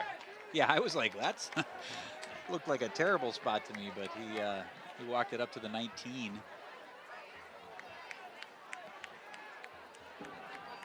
So here we are in the 3 minutes left in the 3rd quarter, 3.5 minutes, and both teams who their offenses started getting going at the end of the half have both had to turn the ball over this quarter via punts. Hager in the backfield for St. Louis Park. Gains low snap, gets the ball to Hager again. That low snap sort of threw off the timing a little bit. Hager on the carry brings up 2nd down. Giovanelli's still on the sideline, but his helmet is going on. He's Looks coming like in. he'll be back in. He wants in. You bet he does. Page on the stop. Yep, he gets what he wants.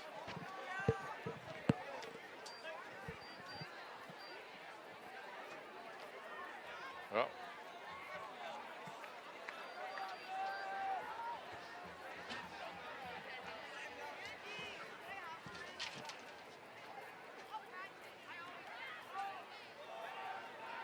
Gaines. Oh. That ball was tipped. Yeah, it must have been tipped. Oh, and we got Rohr. Rohr, he was injured earlier with that ankle, and I think he tweaked it again. Yeah, and that's the thing about those ankles is it's so easy to retweak it. And the ball was tipped and just couldn't quite get it there. Yeah, you're playing on this artificial turf too, so that can have an effect then. Well, it's deep in their own territory. It's now 3rd down, 12 yards to go for the Orioles.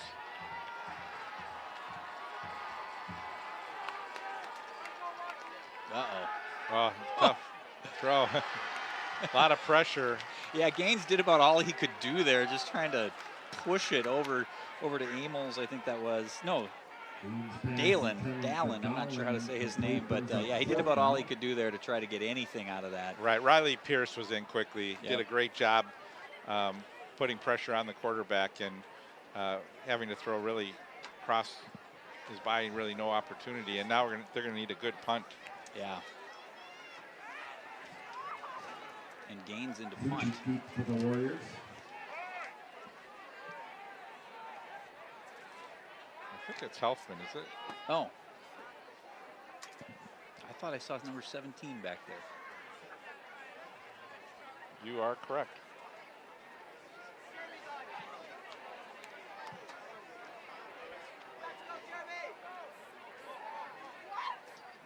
Good snap. Oh, Well, actually, it's a decent punt. decent punt. Yep, from where they were. Yeah, from where they were, you'll take that. Declan Gaines got hit on the play, almost blocked. First down. Really interesting. You know, we've seen Helfman do some nice punts, and this time they had Gaines punt the football. So. And you never know what that's about, you know. Did Helfman tweak something a little bit, or are they just trying out Gaines? I see Helfman on the sideline. He's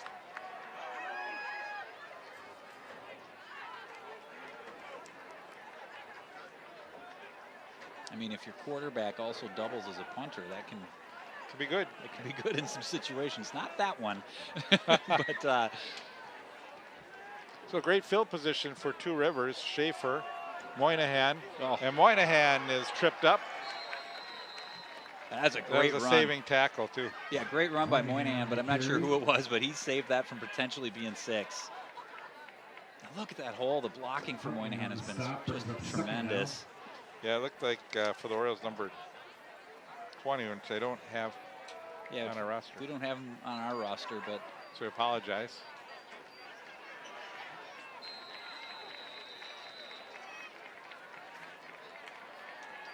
Moynihan on the carry for a first down. And a first down for Two Rivers is Moynihan with the carry. So it's at the 37-yard line. it was Rice and Huntley on that tackle previously. Number 20.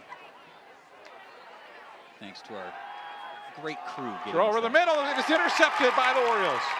And that looks to be Giovanelli on the pick. And he starts on the opposite side as he changed direction. Oh my! Giovanelli is being chased down the sideline, and he goes down at the 31. What a big interception. Giovanelli gets the pick, and he just takes over as commander on the field. Just watch him pointing and block this guy, do this. Yep, get that guy. Oh, I'll just go over here, and now I'm going to scamper around number 55. And I don't know who it was that got him, but boy, that kid was fast. It was Giovanelli who was out with cramps and was able to take that ball down the far sideline pretty fast and a good saving tackle. By Suchi, yeah, he had the speed to catch up to him, but huge play for the Orioles. Yeah, so they just turned the field position. You mentioned field position so important, and now they have the ball on the 35-yard line of Two Rivers. Oop. Foster with nowhere to go. Foster on the carry. Yeah, we're seeing Two Rivers defense tighten up, especially the front 4. Yeah, they've done a really nice job. They have the hurry on they've hurt the quarterback quite a bit. Foster nowhere to go there. Now we got another injured Warrior. Number 84 is hopping off the field. Yeah, it was really a great play by Brock Cunningham, a senior for Two Rivers. He was able to wrap up Foster pretty quickly. Don't have 84 on our roster, but he was able to hop off by himself, so hopefully he's okay. Oh. Oop. Did they draw him? Yeah, I think this was the cadence. I think they drew him. Yep. We haven't seen too many penalties on Two Rivers, and that's one. Focusing on the defense. Yeah, that's a nice way to, they lost a yard on that run play, and now you get 5, so. And that interception again was so huge because the Warriors were really starting to get something going with Moynihan on that drive. He was getting a really great blocking and some nice bursts, and who knows. That's a big interception and return by Giovanelli. Ball under 30 seconds left to go here in the third quarter. No scoring so far in this quarter. And Foster. He's close. Foster on the carry. It's a nice little run by Foster, who didn't, again, didn't have a whole lot going on, but was able to kind of cut back and find some space and almost got the first down. Yeah, really a patient run by Foster that time, as he just sort of looked for the holes and was able to cut back and find a little bit of a hole. Orioles trying to get this. Quick. I'm not sure why they want to beat the clock. I think maybe they wanted to catch maybe the Warriors off guard with the clock ticking down. That'll do it for the third quarter. We saw it earlier, though. They ran a quick play before the end of the quarter, and we're trying to do it there. But we're through 3 quarters of play. No score here in the third. 15-14, St. Louis Park leads. We'll be back with more football very shortly.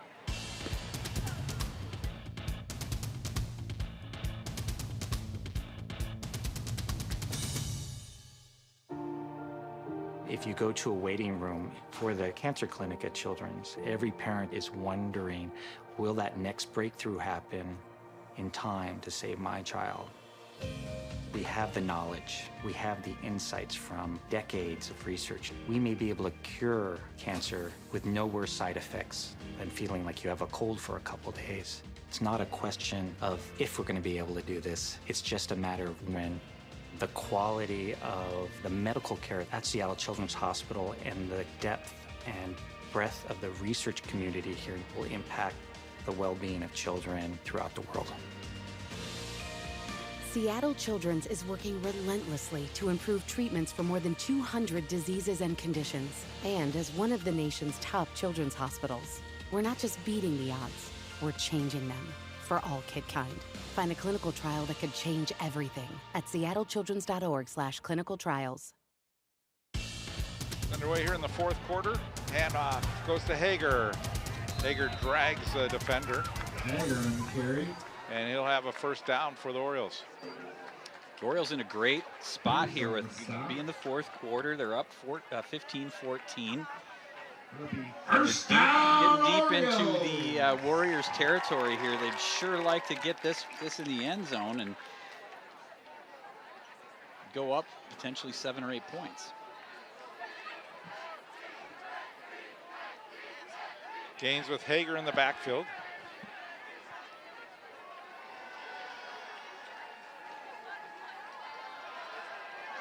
Well, this is Gaines. Eludes it. Not sure why they blew that dead. Pass is rolled incomplete. It's weird. It seemed like they blew it dead before he threw the ball. I'm not sure what happened. Well, let's see here if he did actually. Oh, he threw the ball down on the ground. Oh yeah, came off the ground. Yeah, so that's just an incomplete pass. He threw it, slipped out of his hands. He did a pump fake. Hard to see bounced from up right here. back into his hands. Yeah, we didn't see it. 2nd and 10. They're going to throw. Oh, they have the player open, but again, it looked like a block by Owen Watson again. Gaines pass tipped intended for He had a couple tipped passes here. Third down. I don't think that one was tipped. Oh, it wasn't? No. Oof. Oh, and Giovanelli, he just can't stand it. He was wide open. Looked like it then just slipped out of his hands. I don't know what, that'd be the second play in a row there where he seemed to have a hard time with the ball. Yeah, passing situation here now on 3rd down and 10. Giovanelli in the backfield as a QB. He keeps it. Giovanelli trying to get outside, breaks one tackle, cuts back inside, and now he's pulled down hard at the 20-yard line. So they get 5 yards. Now they will go for it here from the 20-yard line. Yeah, this is a good spot to go for it. Nice little scamper by Giovanelli. Thought he was down there. Thought this guy might have him, but nice cutback.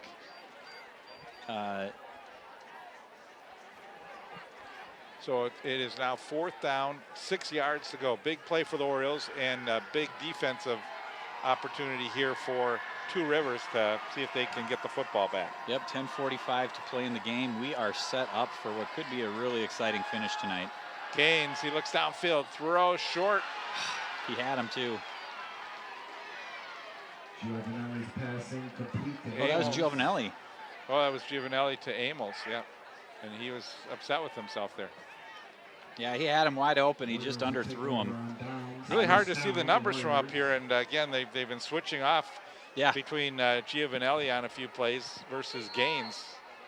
I'm not sure even if the ball had gotten there, if he would have gotten the first down from where he caught it. I couldn't quite tell, but really close. I think he was right at that marker.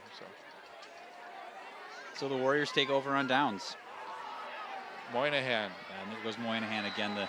I don't know if the Oriole front four is getting tired, but the last few offensive plays from scrimmage for the Warriors, the holes for Moynihan have just been huge. They have, and that time Henry Bendixson got up slowly. Seemed to be shaking that one off.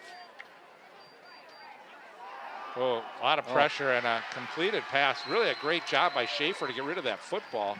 Yeah, he had a lot of pressure coming in, and Watson making the catch. So. Stayed right with him, and Watson, the big 6'2". Watch this pressure here. Yeah, oof, he's right on him. Yeah, that's number 3, Dion Suharik.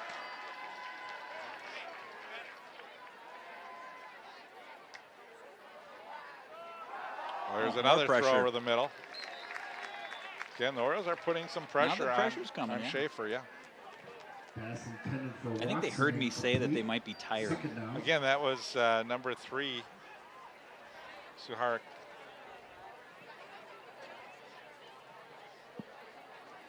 $9:45 to play in the game. All the scoring in the first half.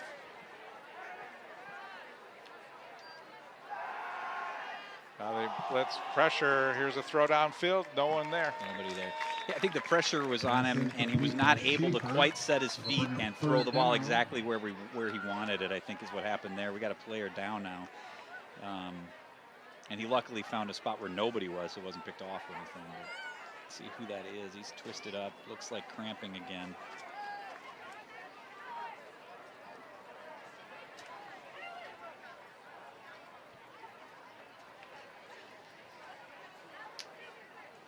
Yeah, and temperature's still warm enough to where players are starting to cramp up as the game goes on. There's you see the Two Rivers schedule. After St. Louis Park, they have Hill Murray and Apple Valley at home their home turf, and then they go to Hastings, come back and face a tough Cretin Durham Hall team. Always very tough, and then they close the season off at Simley. So. Yeah, Cretin Durham Hall is known for having a few good players in its history. So they're really having to work him. And that is number 59. That's going to be their offensive lineman, Joseph McIntyre. He's a junior. McIntyre back up on his feet. Fans, thanks to your generosity, the Orioles will be donating $524 to help tackle cancer. Thank you for your kind donations and support. Once again, $524 was raised this evening. Well done. $524 raised to tackle cancer. And that would explain the pink out.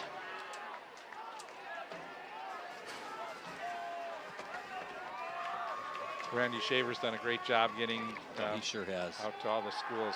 There's some pressure, but they elude the pressure, and now Schaefer is going to be taken down at the 38-yard line. And that, who else but Joey Falzone. Schaefer on the keeper. And that's a nice defensive play for the Orioles to hold them to 4th and longer than they had at 3rd down. And they look to be going for it. I like this call. You're at midfield-ish. The punting game has not been great for the Warriors tonight, so why not? And it looks like they got a... He could punt. Oh, We've that's seen right. him punt before. And he will. Good bounce. Oh, yeah, it's a very nice Warrior bounce. And the Orioles will take over from the 25-yard line. The Orioles will take over 1st down.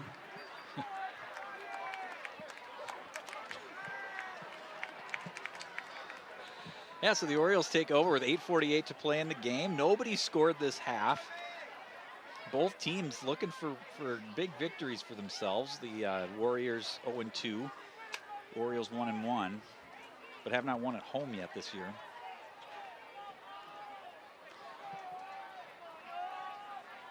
Isn't this where we're getting down to the witching hour? Isn't that what they, Jason Hansen on the red zone will call it when we get down to the late in the fourth quarter and all the teams are pretty close and games are decided, and this is where we're at. 8:48 to go in a 1-point game. St. Louis Park with the football. Gaines in at quarterback. We've seen a switch between Gaines and Giovanelli, and the handoff goes to Hager. Hager on the carry. Hager gets the nice little gain, and tackle made by Rivera Foley. Yeah, it's a nice play by Hager because Warriors really didn't give him much at all to work with, but he's able to carry the tackler for a couple yards and get a little bit of a gain out of it.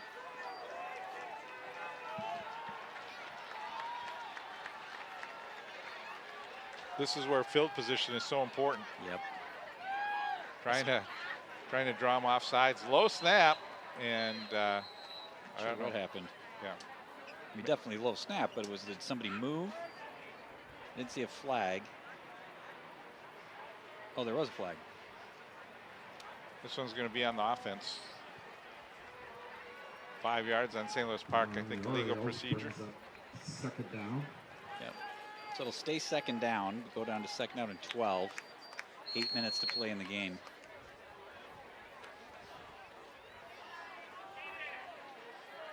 I did not see anybody move. I'm not sure what they saw.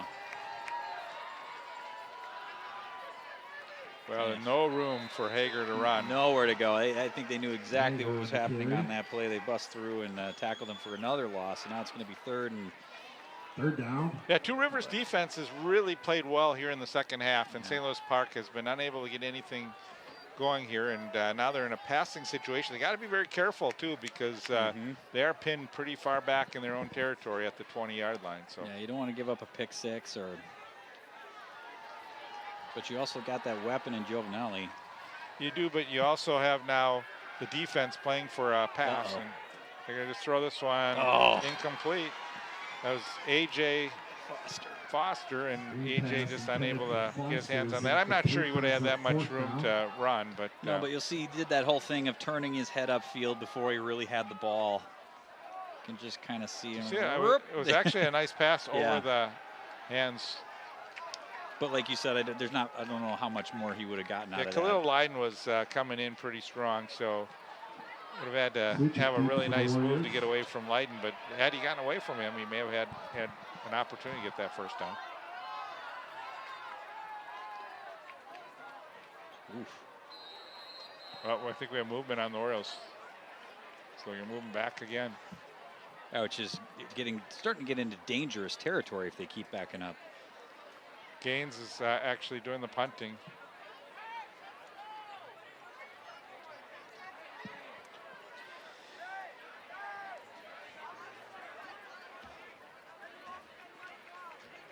So they, oh no, looks like that was on the Warriors. No, I think they moved it back to the 15. They did. I thought they were already on. What do I know? A lot. Ooh, high snap. snap. Oh, Gaines did not get too much on this, but we're going to get a good bounce. That's a great bounce. A really good bounce for the Orioles, and it gets down at the 49-yard line. So Giovanelli with that big interception runs the ball back quite a bit, and the Orioles just can't convert on that and end up having to punt. So we got 7 minutes left in the game, and like you said, Bruce, field position can become everything in games where the offenses are having a hard time getting things going. And the Warriors right now, the field possession is kind of in their favor. Yeah, 7:03 remaining, 15-14 St. Louis Park leads. Both teams have 3 timeouts remaining. I think we're going to see Moynihan quite a bit. Yeah. But it's sort of a tough snap, and so late handoff to Moynihan. He was unable to really, I think the timing of that was just all thrown off. Yeah, and they lose a couple on that. Clock ticking down, starting to become a factor a little bit with 6:45 to play.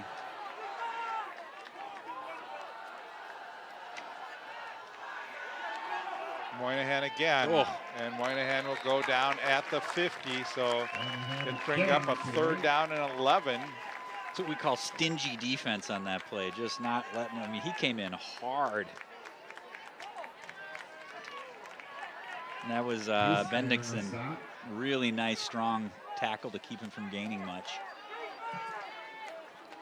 Passing situation for Schaefer. He's going to throw it out in the flat. Moynihan's not going to have much room to go, and he's pulled out of bounds right at the 49-yard line, and it's going to bring up a 4th down and see if they punt and put the Orioles deep in their own territory. You see on this throw, it was just a little bit behind him, which really kept Moynihan from having, being able to turn up field at all in a way that he might want to. And nice tackling there on the part of the Orioles. A really nice sequence of defensive play on the Orioles as they're looking at 4th and 10 at midfield with 6 minutes and 8 seconds left to play. I think you got to think Schaefer's going to punt the football again here. And now you got to send someone back, I would he's think. Calling stuff out, though. But, yep, he's going to punt. Yeah, and the Orioles have no one back there, so they at turn that the ball roll. over, and again, field position as it gets down to the 15-yard line. Kicks it, But the St. Louis Park Orioles did down. not want to take a chance of fumbling a Right. punt in their own end, so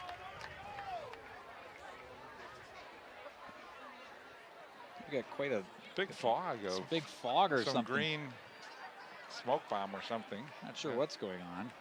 Started from the fans here on this side.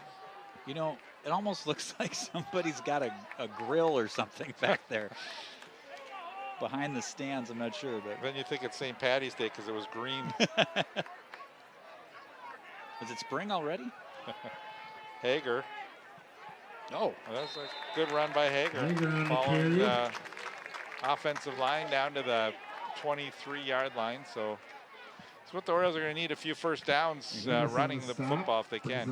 look at Hager, just one of those classic strong runners. He's got 2 guys and he breaks free of them, and 3 more collapse on him, and he carries them for a few yards to pick up a nice gain. 5:30 to play. Referee just moved the ball back a yard, so he moves it down to the 22-yard line.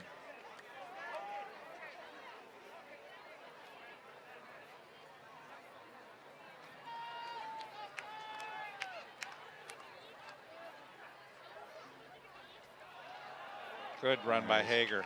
First down. And you know what? The clock now down to 5 minutes. If you recall, at the end toward the end of the first half, the Orioles had a nice 7-minute drive. They're in a position right now with the lead. If they can just get one of those good, long, sustained drives, they could grind this thing right out to victory. Well, and you get a big running back. This is where, when you watch an NFL game and you see like the Titans and Travis Henry, look how many of his yards come in that 4th quarter when the defense is tiring. You get a big back like this. We're going to run it again. Yep. And another 5. Hager on the carry. Yeah, I mean, if Hager can continue to just pick up 3 to 5 yards, with the way the clock ticks down, the Warriors still have 3 timeouts left, which is big. But Page on the yeah, and again, get that ball moving down. so you turn the field position. And they started inside at their own 15-yard line, and now they're at the 34-yard line. So these are big runs. They are. They're big. Yeah, they're huge runs. And depending on how much time is left, when and where the Warriors get the ball back, if indeed they do, they're going to have to throw the ball and not just go to Moynihan. Nice run again. That's another first down. Now the clock ticks under 4 minutes. It's really the clock really becoming a factor at this point in the game. Orioles did a good job pulling. Watch how they pull, and they get the blockers out in front. And that was big. That was just really good blocking by the Orioles. Yep, very good blocking. Exactly what they need to do. And then Hager also, smart, big, strong running back who knew to wait for that blocking, wait for that pull, take advantage of it, get the first down. 3:40 to play.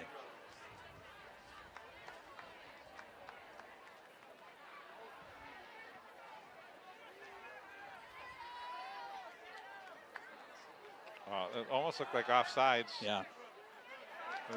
I don't think it was, though. It looked well timed. Yep. Hager on the carry. But he still manages to get a good 2 to 3 yards. Did somebody call timeout? Clock stopped at 3:20. There's timeout on the field. Warriors Warriors take their first time out of the half, which that's what they have to start doing here because the Orioles have just done a tremendous job chewing up clock on this drive. They really have, and here you have Two Rivers really right now focusing on Hager at the run, and don't be surprised if the Orioles say, you know, let's take one shot to Giovanelli and see if we can absolutely make something happen. They put 5 seconds back on the clock, so 3:25 to play. The Minnesota Twins losing to Cleveland Indians tonight. They have a 3-0 lead and lost 4-3 at that. So why you got to bring that up? This is football. Big game for a couple teams, the Gophers and the Vikings this weekend. Actually, the Vikings aren't this weekend. They play on Monday. Oh, is that Monday night? I thought they played Sunday night. But you're correct. Going to Philadelphia, I believe. All right, here we go. 2nd and 7.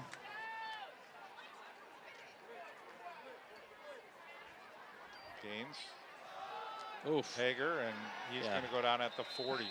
Warriors all over that tackle for a loss. You could see the blitz coming, and Hager just swallowed up clock. Yeah, the Warriors are going to take a timeout here, so that's going to be their second timeout. Still plenty of time left for the Warriors. It's 3:14 or 3:11 now, and St. Louis Park with a 3rd down and long. So this may be an opportunity where they're going to have to put the ball up in the air and try and get that first down. And for me, and you know, what do I know? But I would have liked to see them take that shot on that 2nd and 7 right there. I thought that was a good place to maybe take that shot because the Warriors have been, you know, balls was going to Hager. So they're looking at Hager, and they knew exactly where it was going. And now they're going to be prepared right there. So now they're going to say, okay, we got to watch for the pass, and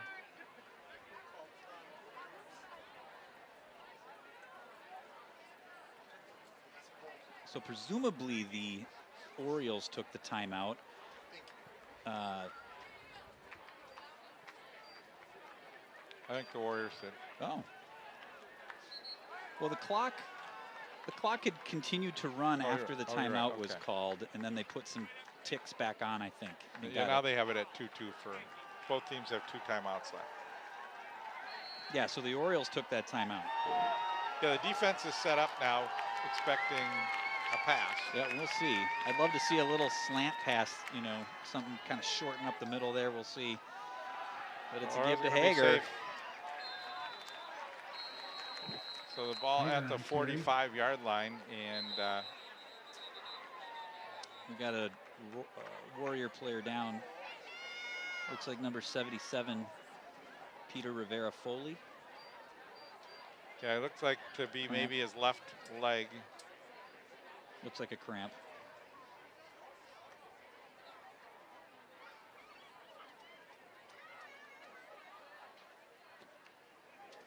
So here it is.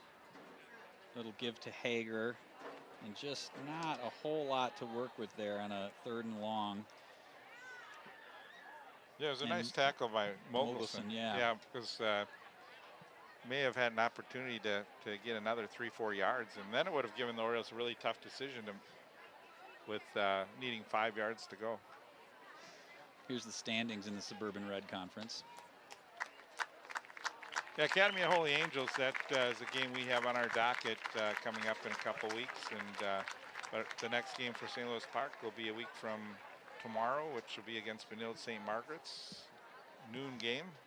You can hear fans clapping there for Rivera getting up and walking on it with a little bit of help, but he should be all right. Rivera Foley back up on his feet. Foley, sorry, not Rivera. Peter Rivera Foley. That's what's there, you know. Right. You got it. So 3:10 to play. Well, again, now they're going to bring the defenders up, and I think the Orioles will punt the football.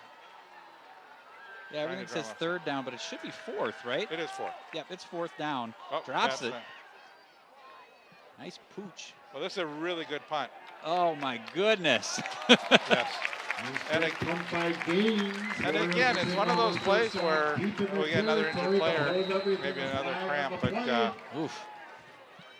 but it's one of those plays where, you as a defense, you have to make a decision. Yep. Is that quarterback going to throw the football or is he going to punt the football? Yeah, and a nice kick. He got the right bounce. I mean, not only did it go out of bounds, at the 10-yard line, it also took like 6 or 7 seconds off the clock.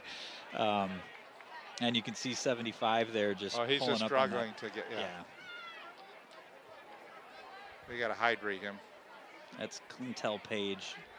Oh, that looks painful. Yeah, I've had one of those, and it feels like somebody's stabbing you in the back of the leg. So he's going to have to... it's not going to get any better until he starts getting the fluids going. Get off the field quickly here. They'll have an injury timeout. Yeah. 3:04 to play. So now it's all in the Orioles defense to come up with some big plays. Well, they got a nice spot. Not sure why the ball is spotted there. Oh, yeah, I don't get that either. It seemed like it went out at the 10. They put it on the 25.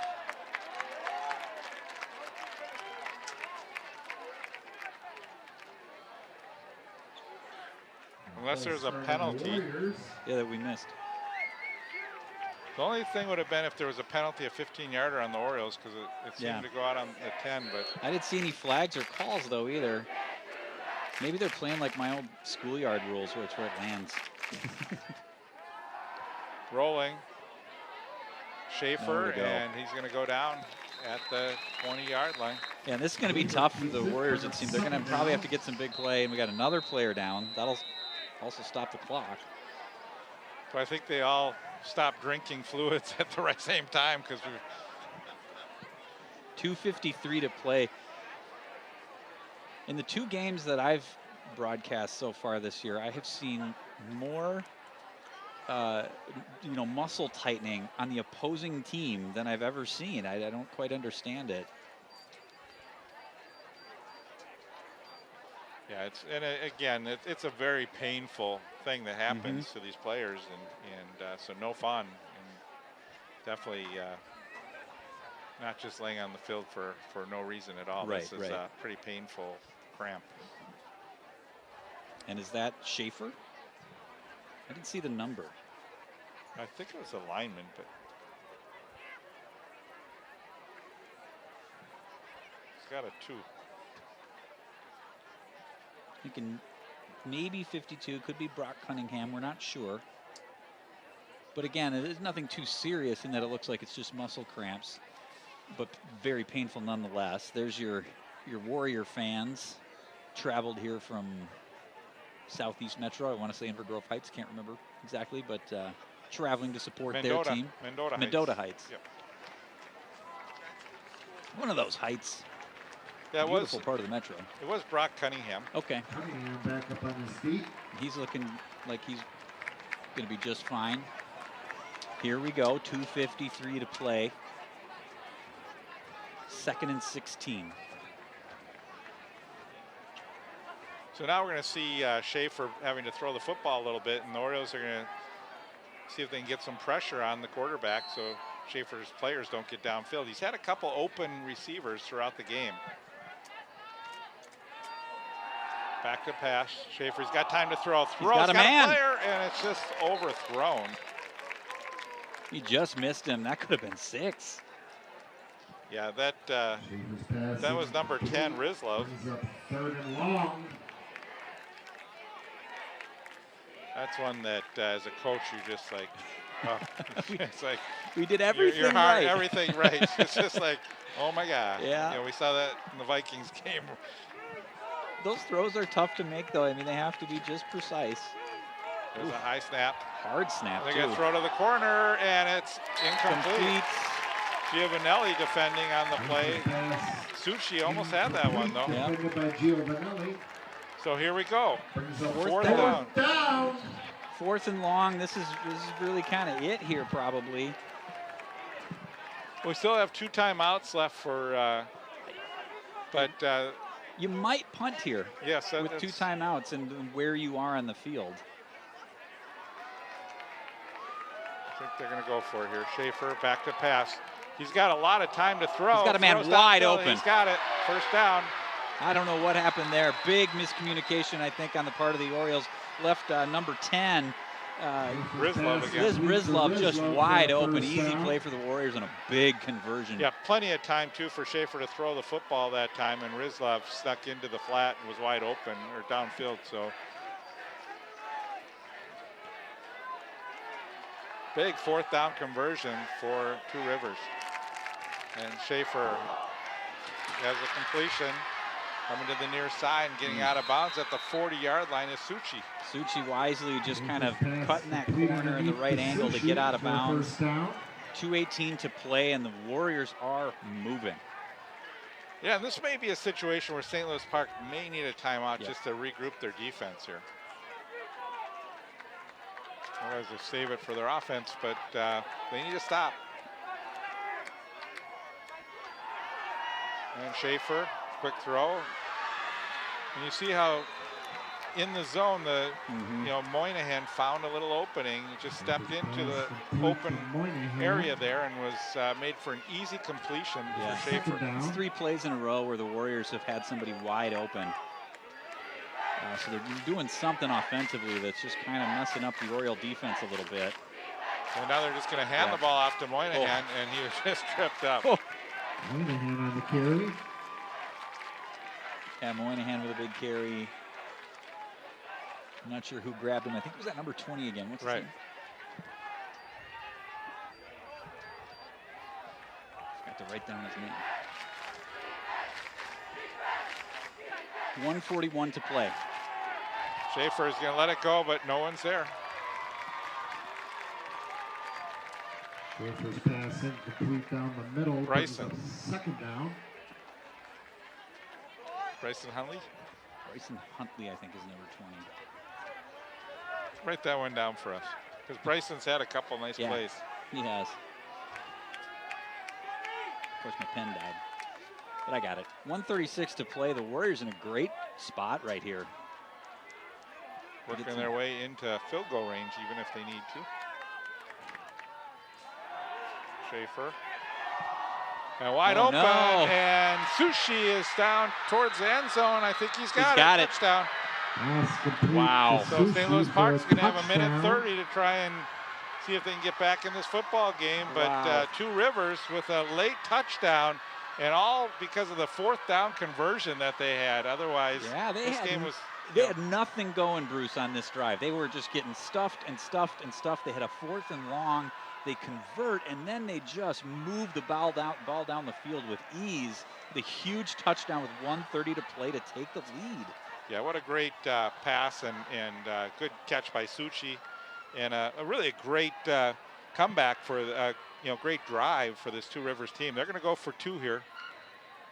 Try and make it a 7-point game. Yep, 5. Why not? And the throw is incomplete. Yeah, so here we go. The Orioles with 2 timeouts and 1:30 left. Dare I say it, Bruce? We may need a St. Louis Park miracle.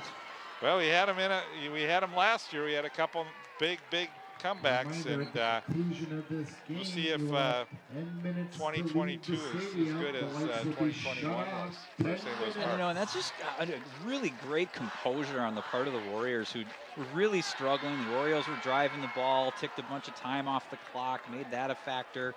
And again, the Warriors just couldn't get anything going on the drive, and then everything just opened up, and there they go. Touchdown, they take the lead with 1:30 to play. Really close with his knee being down. Did he really get that ball over? But I think a good call. Yeah, and almost to the Orioles' benefit. Right, exactly. Touchdown over with. So you can get Save the ball their timeouts, otherwise they would have had to call a timeout. Yep. Fans trying to get the Orioles riled up for a comeback with 1:30 to go.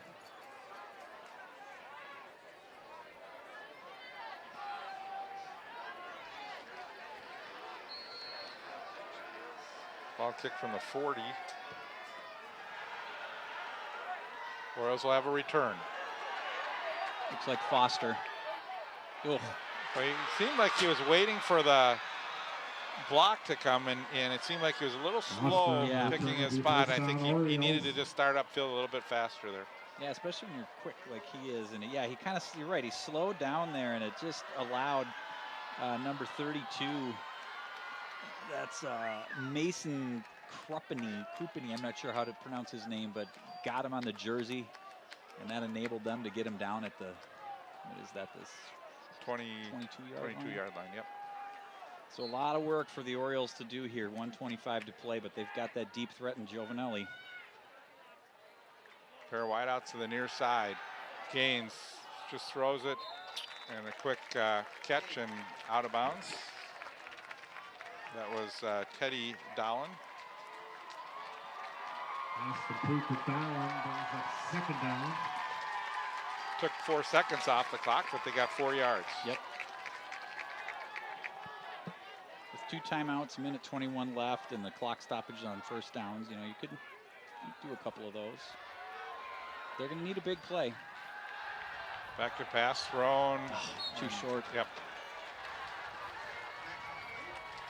Incomplete. Amos, intended receiver. Yeah. Just underthrew him. Oh, you got to scoop that in. So it's coming down to the wire here. 3rd down now for St. Louis Park. 3rd and 7. 1 minute, 12 seconds to go. Orioles with 2 timeouts left. 20-15. Two Rivers with the lead, looking for their first win of the season.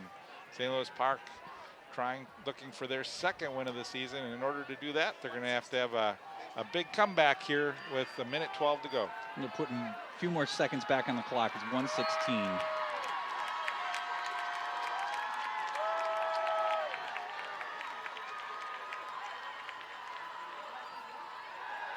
Gaines rolls to the far side. He's got a receiver there. They have a first down. Yep.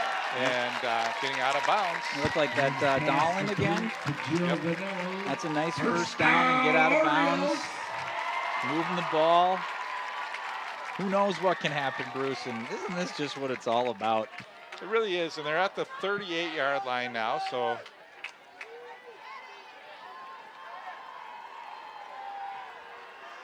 Giovanelli on the near sideline.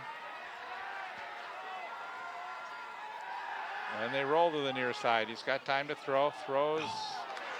Incomplete. Amos again. And underthrown again. And behind him on that one. Brings up 2nd down. That's a tough catch to make. 1:04 to play in the game. Orioles need a big play. Again, Gaines a sophomore. Still have 2 timeouts. Gaines getting a lot of experience in his first year. Yeah, accuracy's been a little bit of an issue tonight, but I think that's something that he's just going to continue to improve on. Rizlov is guarding Stefano Giovanelli. Back to pass throw. He's looking for Stefano, but it's underthrown. And that should do it. Yeah. Big interception, not a wise pass on the part of Gaines. Johnny Eunice with the interception. A lot of pressure, and he just sophomore, maybe just a little bit of a mistake, just throwing it up. And Two Rivers with the big defensive stop, and again, they've outplayed St. Louis Park in a little bit in this 4th quarter. Their defense is held. Yep. They was hit when he threw the ball, but again, not even close to getting that to Giovanelli. You see like a lot of white shirts there. St. Louis Park with 2 timeouts left. I don't think they're going to be able to. They'll stop the clock a couple times, but yeah, it's going to be difficult.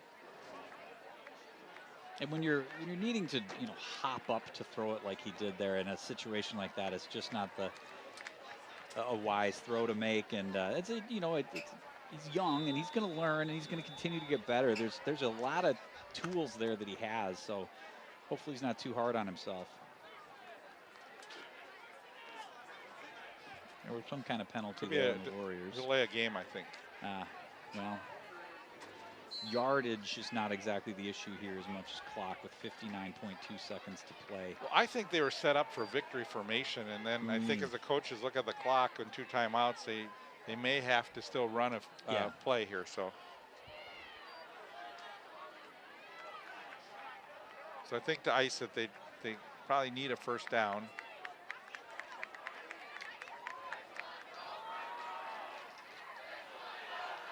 Nice gain. Yep. Moynihan's had a good game. He's had a very nice game. He's really kind of, I don't want to say carried the offense, but he's opened up the offense for them. Orioles take. Yeah, the Orioles take their second timeout, and the ball now on the 43-yard line. So 1 first down, and this game's over. First 54 seconds to play. Right. Yeah, first down will for sure ice it.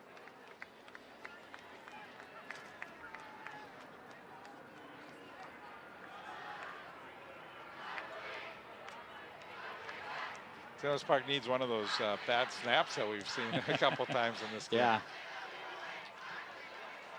I'm always terrible at doing the math here, but if they can stop them, the Orioles could get the ball back.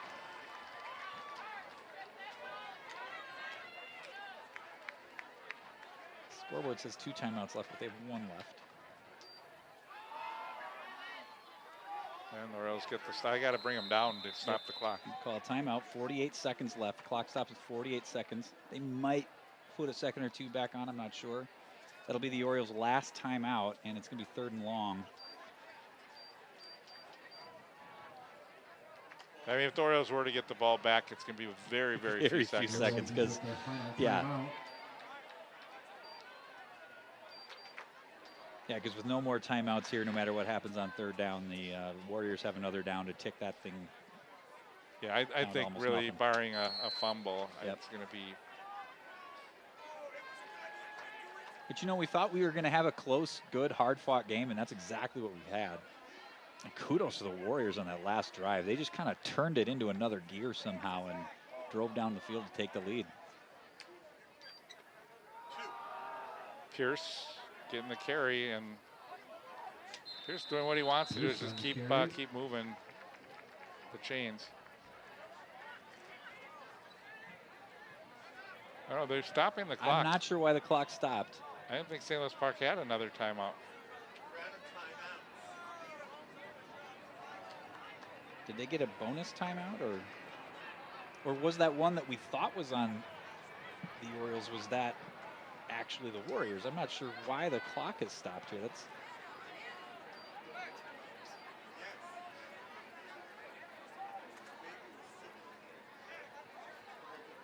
I think you are right. I mean, we thought originally that one timeout was called on Two Rivers, and then we were told it was on St. Louis Park, but it must have been Two Rivers. So I think Two Rivers must have 1 timeout left. And yeah. But everybody seems to agree that they had that. Yeah, so now it's interesting because Yeah. Two Rivers is going to have to punt the football. It's 4th and 3 with 42 seconds left to play.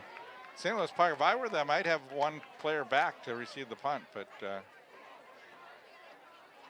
I think they're hoping for a block. I just think you got it there. They're going to get 1 back. Too late. He touched it. Okay. Okay. So that a good punt on the part of the Warriors there. He drives them down deep into their own territory, but also there's only 34 seconds left. No timeout. Right. So it's really going to take a St. Louis Park miracle, but you never know with Giovanelli. It only takes 1 play. But of course, they will be keying in on that for sure. Here's where you look in your playbook and you pull out your best play that you can think of. But again, there's a prevent defense. Yeah. Prevent defense will open up some short passes in the middle of the field, which doesn't help you much, although the clock does stop on first downs. Gaines. And that's exactly where they go. Coverage, and just go down at this point. Well, or hope that you break it. 25 seconds left. First down. Could they spike it here now if they just spike it? Yeah, because as soon as they set it, that clock should be running. There it goes. They're not going to spike it. They're looking. Get out of bounds. How about that? 17 seconds left to play, Bruce. Yeah, you know, if you get 1 more pass down to about the 45-yard line, then you have that chance to try and see if you can throw it up into the end zone. It's a little too far right now to be able to chuck it to the end zone. Yep. 17 seconds, though. That was 17 seconds to play. First, we got to get on sides, or one of the receivers was in front of the line. He kind of hung that one up too much. Rizlov has played a really good game. He's tough to throw against. Second down. That ticked off about 5 seconds, so 12.7 to play in the game here. Just overthrew him. Of course, if he catches that, he's going to be stuck in bounds, and that clock's going to tick down fast. So yeah, maybe better off with an incomplete pass there than a good job by Rizlov to not have any interference calls or anything that could stop the clock and give you 15 yards. So the way he kind of hung it up there, though, I was concerned about an interception. Orioles have 4 wideouts. 12 seconds to play. Pressure thrown and over. Yep, over the hands of intended receiver. So now you're in a very difficult situation with 7.7 seconds.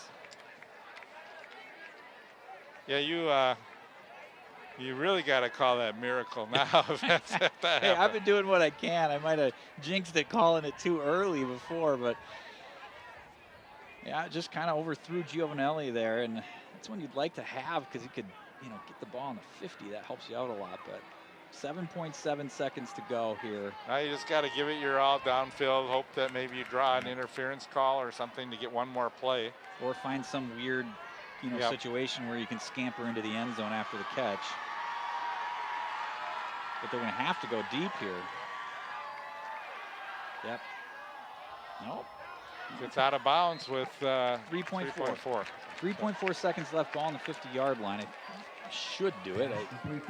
Fourth down. I suppose theoretically, if you can get a quick out and another 5 to 7 yards, but that's risky. Yeah, 4th down right now, so. Oh, yeah.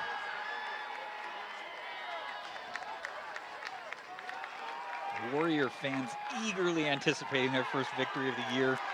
Orioles looking for the miracle of miracles. Let's see how good his arm is and see if he has the time to.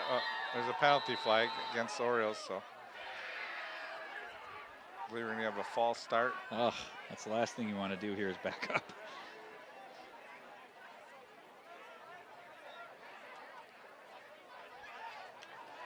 Yeah. So there's 0.8 seconds on the clock right now. With a false start. Yeah, it should reset the clock. Yep, should go back to 3.3 because theoretically the ball was never snapped, correct? Yep.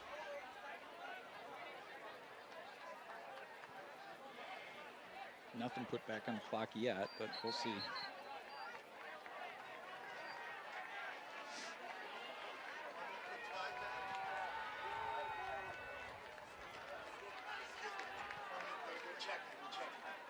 I think they're checking. I think the refs right now are looking to figure out exactly how much time should be on the clock. Yep, so they're putting 3.2 on the clock. As they should.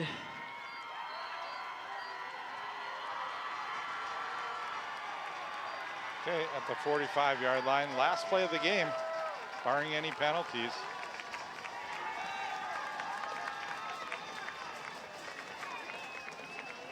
Orioles had a player coming off the field that they needed on the field. He has many. That'll do it. Oh, they're going to try a trick play here. Razzle-dazzle stuff, and that's going to swallow it up. Yeah, not much you could do there. You're too far back for that Hail Mary. Oh, we got a penalty flag. Uh-oh. There could be another play. If it's a defensive penalty, there'll be another play.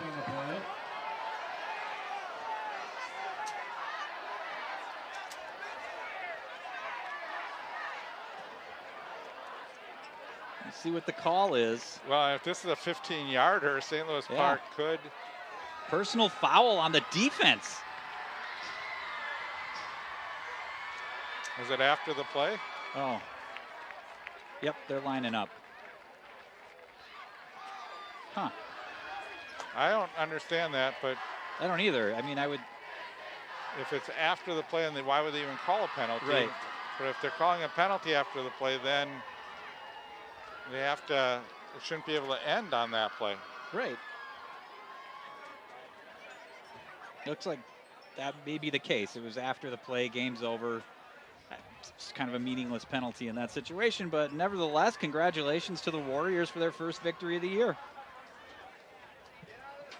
Yeah, really a well-played game by the Warriors. They hung in there and really evenly played game for both teams. And you know, and congratulations and kudos to the Two Rivers team for getting their first win of the year and coming into St. Louis Park and having their composure enough to be able to be down by 1 with about 6-7 minutes to go and able to get that touchdown to take the lead. And Orioles just unable to score in that second half of the game. They had 15 points fall in the first half, and that's where they ended up. So you know, I guess you have to give credit to the Two Rivers defense too, because they didn't allow any points for the St. Louis Park Orioles here in the second half. Yeah, that's right. Exactly right. No points, and that one's going to hurt. And again, the Orioles are working with a really young offense, a pretty young team.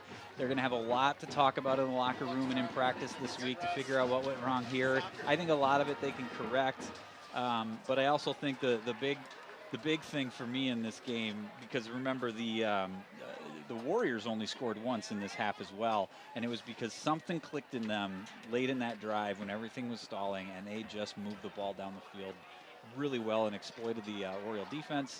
And so hats off to them on a really great game, and it was fun tonight. Yeah, it was. It wasn't the outcome we home people would root for, but it was a fun game. No, you're right, and big touchdown, Schaefer to Suchi, 25 yards, that the game winner, and that was a deciding factor in this football game. But nevertheless, entertaining game and one that could have gone either way.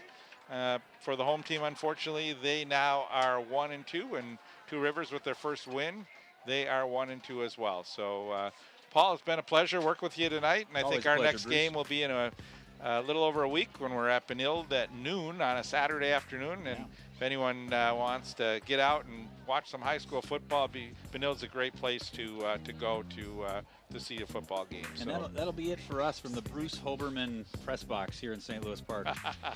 No, don't get it named yet, but and hopefully it doesn't take something bad to make it called the Bruce Hoberman press box. But thanks everyone for joining us. Final score here: Two Rivers 20, St. Louis Park 15. So long.